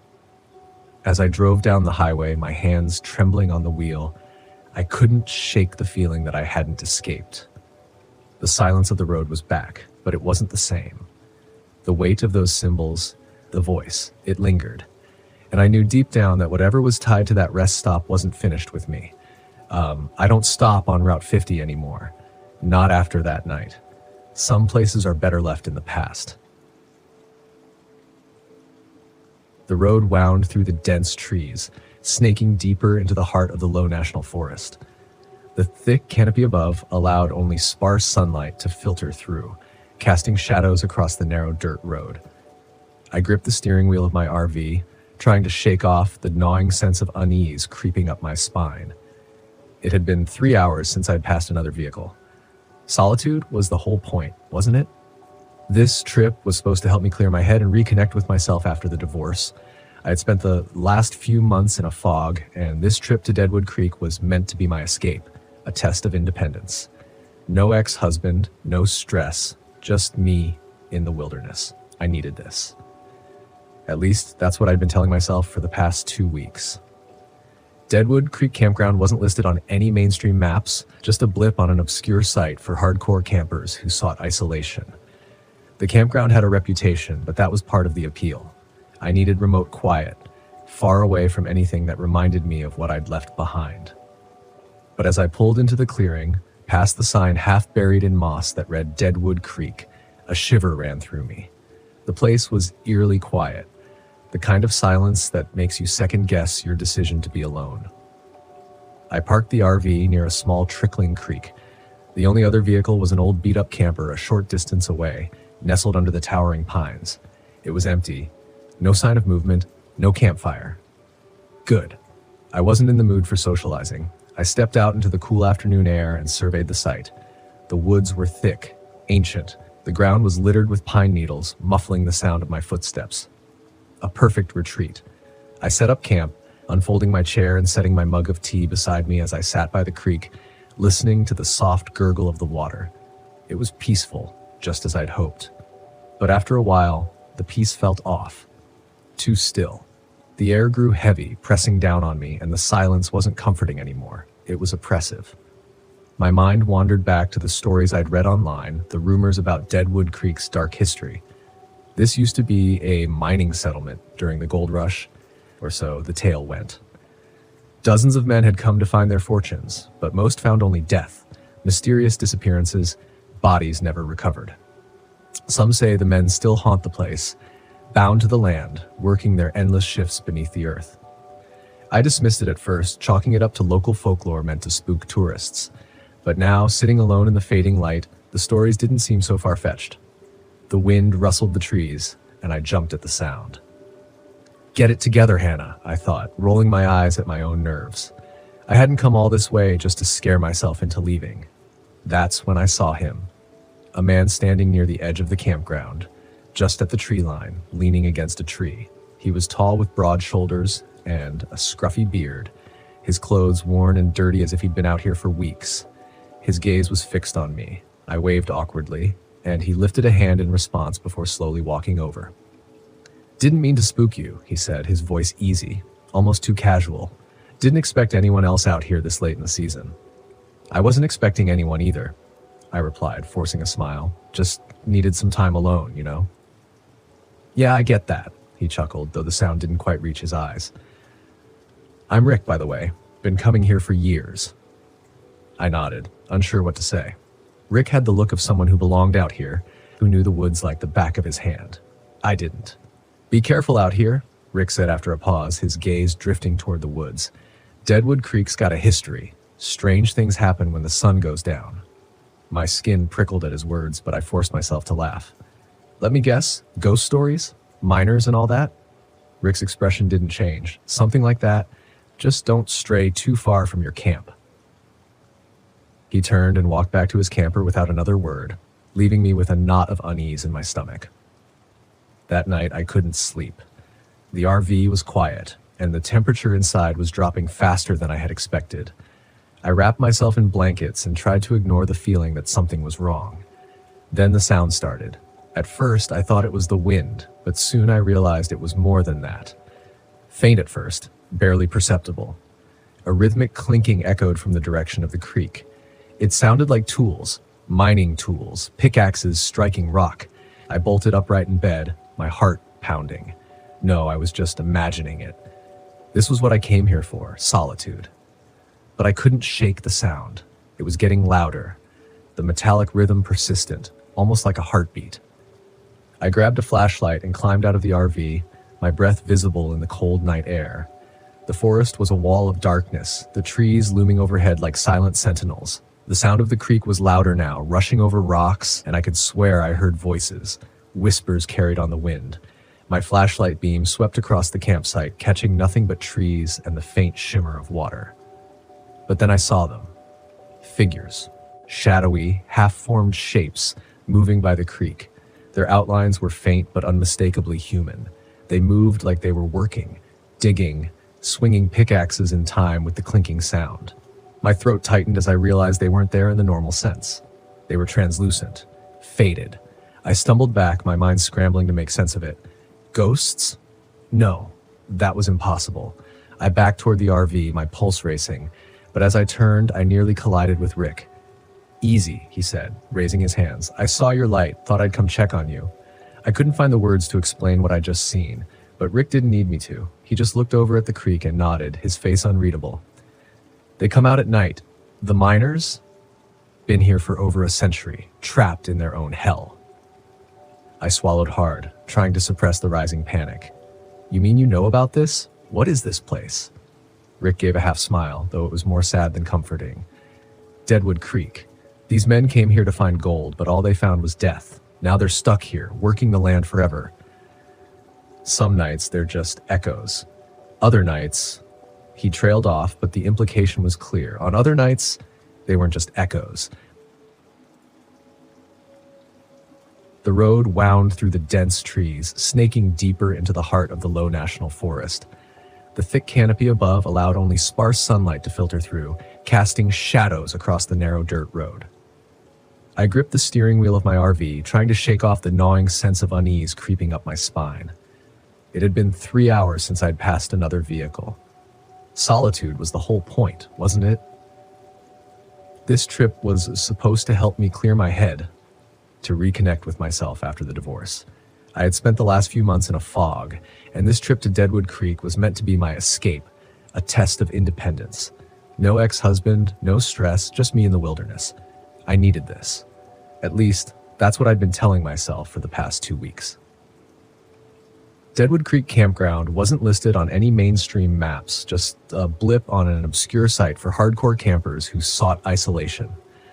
The campground had a reputation, but that was part of the appeal. I needed remote quiet, far away from anything that reminded me of what I'd left behind. But as I pulled into the clearing, past the sign half buried in moss that read Deadwood Creek, a shiver ran through me. The place was eerily quiet, the kind of silence that makes you second-guess your decision to be alone. I parked the RV near a small trickling creek. The only other vehicle was an old beat-up camper a short distance away, nestled under the towering pines. It was empty, no sign of movement, no campfire. Good. I wasn't in the mood for socializing. I stepped out into the cool afternoon air and surveyed the site. The woods were thick, ancient. The ground was littered with pine needles, muffling the sound of my footsteps. A perfect retreat.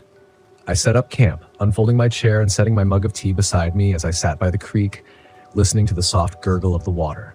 It was peaceful, just as I'd hoped. But after a while, the peace felt off, too still. The air grew heavy, pressing down on me, and the silence wasn't comforting anymore. It was oppressive. My mind wandered back to the stories I'd read online, the rumors about Deadwood Creek's dark history. This used to be a mining settlement during the gold rush, or so the tale went. Dozens of men had come to find their fortunes, but most found only death, mysterious disappearances, bodies never recovered. Some say the men still haunt the place, bound to the land, working their endless shifts beneath the earth. I dismissed it at first, chalking it up to local folklore meant to spook tourists. But now, sitting alone in the fading light, the stories didn't seem so far-fetched. The wind rustled the trees and I jumped at the sound.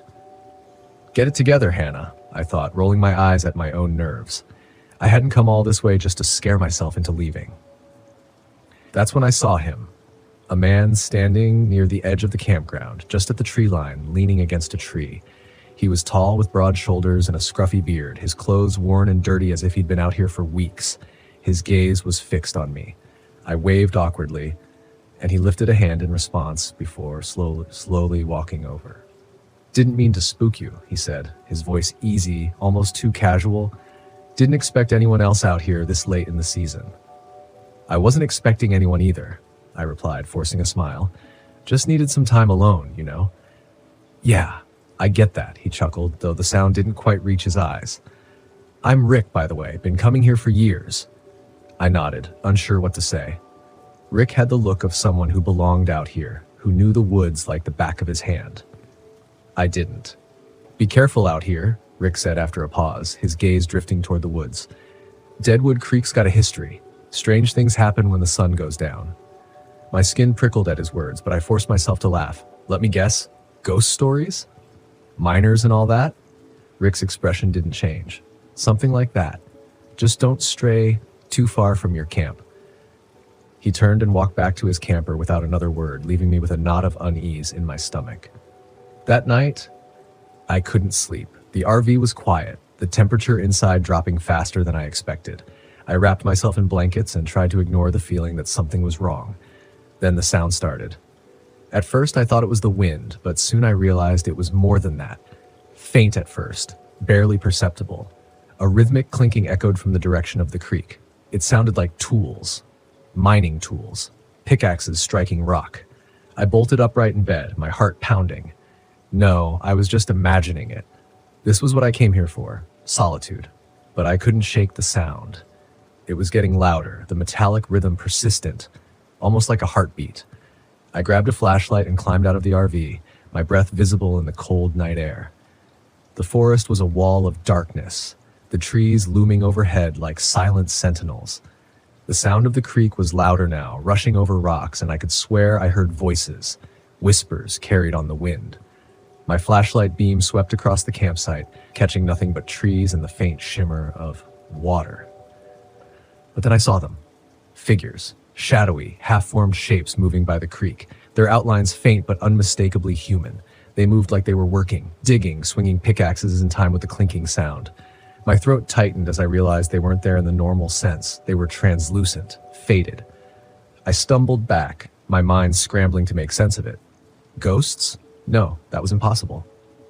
I backed toward the RV, my pulse racing, but as I turned, I nearly collided with Rick.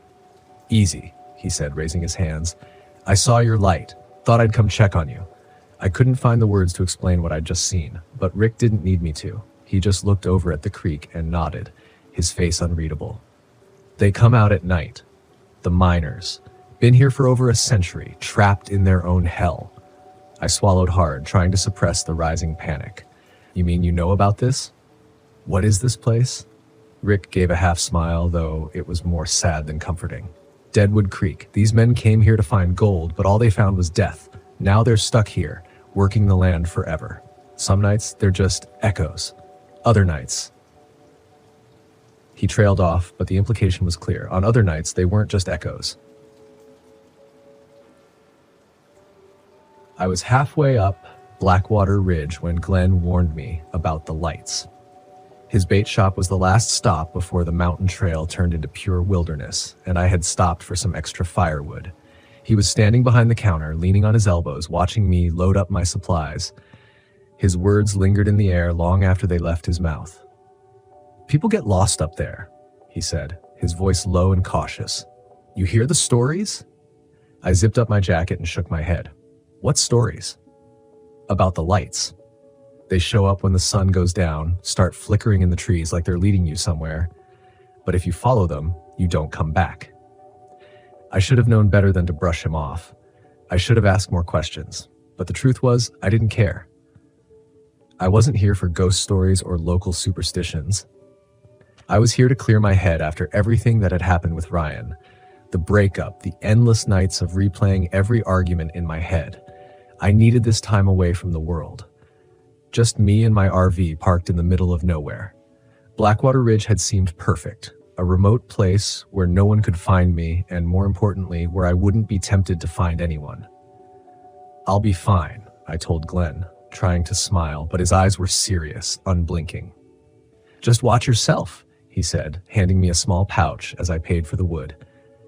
"Keep this with you. Some folks say it helps." "What is it?" "Just something my family's passed down," he said, avoiding my gaze. "Might keep the lights away." I didn't believe in that kind of thing, but I pocketed the pouch anyway, more out of politeness than anything else. Then I left the shop, got into my RV, and made my way up the winding mountain road toward Blackwater Ridge. The campsite was exactly what I'd hoped for: deserted, overgrown, and tucked away in a grove of tall pines. The air smelled crisp and clean, and for the first time in weeks, I felt like I could breathe. The old campground looked like it hadn't been touched in years. There were a few rusted RVs half hidden in the foliage, relics of past campers who had either left them behind or forgotten about them altogether. I parked my RV at the far edge of the grove, close enough to the trees to feel enclosed, but far enough from the abandoned vehicles to avoid any weird vibes. It was perfect, a place to disconnect and forget. That first day was peaceful. I went for a hike, snapped a few photos, and by the time the sun was setting, I was sitting outside by the fire pit, listening to the crackling flames and sipping from a thermos of tea. The sky was clear, and the stars began to poke through the darkness, dotting the sky like tiny pinpricks of light. Then, out of the corner of my eye, I saw it. A small flickering light deep in the woods just past the tree line. At first, I thought it was a firefly, but it was too big. It moved slowly, gliding through the trees like it was looking for something or someone. I sat up, narrowing my eyes to focus. The light was faint but unmistakable. It pulsed gently, like a heartbeat, its glow barely reaching me through the dense pines. Then another light appeared beside it. Then, another. 3 faint orbs flickering in unison, moving deeper into the forest. Glenn's warning about the lights echoed in my mind, but I shook it off. They were probably just campers in the distance, or maybe a reflection from a house far off the ridge. I wasn't about to let some old superstition spook me on my first night. I sat back, trying to relax, but the lights wouldn't leave me alone. They moved again, gliding slowly through the trees as if they were beckoning me to follow. I could almost hear a whisper in the air, like soft voices drifting on the wind. "Come closer." I stood abruptly, shaking my head. "No," I muttered to myself. "You're not doing this. You came here to get away, not chase after stupid lights in the woods." But the longer I stood there, the harder it was to ignore them. They were so gentle, so inviting. It felt like they were calling me, pulling at some part of me that I couldn't explain. My feet shifted forward, inching toward the forest edge. "Come." I blinked, snapping out of it. What was I doing? I wasn't about to follow some strange lights into the woods. Glenn had warned me, hadn't he? I couldn't let myself get sucked into this nonsense. I backed away from the trees, heart pounding, and went back into my RV, slamming the door behind me. The lights flickered one last time outside the window before they disappeared, swallowed by the darkness. The next day, I couldn't shake the feeling that I was being watched. I spent the morning hiking, trying to focus on anything but what had happened the night before. But the woods felt different now, quieter. The usual sounds of birds and rustling leaves had faded, replaced by a stillness that pressed in on me. Every time I looked over my shoulder, I thought I saw movement, a shadow darting between the trees or the faintest flicker of light just out of sight. I told myself it was paranoia, that I was letting Glenn's warning get under my skin. But deep down, I knew something wasn't right. By the time evening came, the anxiety had settled into my bones. I lit another fire and sat outside, staring into the flames, trying to calm myself. But as soon as the sun dipped below the horizon, the lights came back. This time, they were closer. I watched, frozen as they flickered between the trees, more of them now. 5, maybe 6, all moving in the same slow, rhythmic pattern. They circled the edge of the campground, their glow soft but persistent. I felt that same pull again, stronger this time, like invisible hands reaching out to me. "Come." The whispers were clearer now, louder. They filled my ears, my mind, drowning out everything else. It sounded like his voice, Ryan, his soft, pleading tone, asking me to come closer, to follow. I stood, my body moving of its own accord. It wasn't just curiosity anymore. It was need. I needed to know what these lights were, where they were leading me. Maybe it was Ryan. Maybe he'd followed me, wanted to make things right. The thought was irrational, but in that moment, it made perfect sense. I took a step toward the forest, then another. My heart raced as I approached the tree line, the lights growing brighter, more vivid. But as I crossed into the shadows, something shifted in the air. The forest felt wrong, twisted, like the trees were closing in around me. The lights flickered erratically, their gentle glow turning sharp, jagged. I froze. The whispers turned darker, harsher.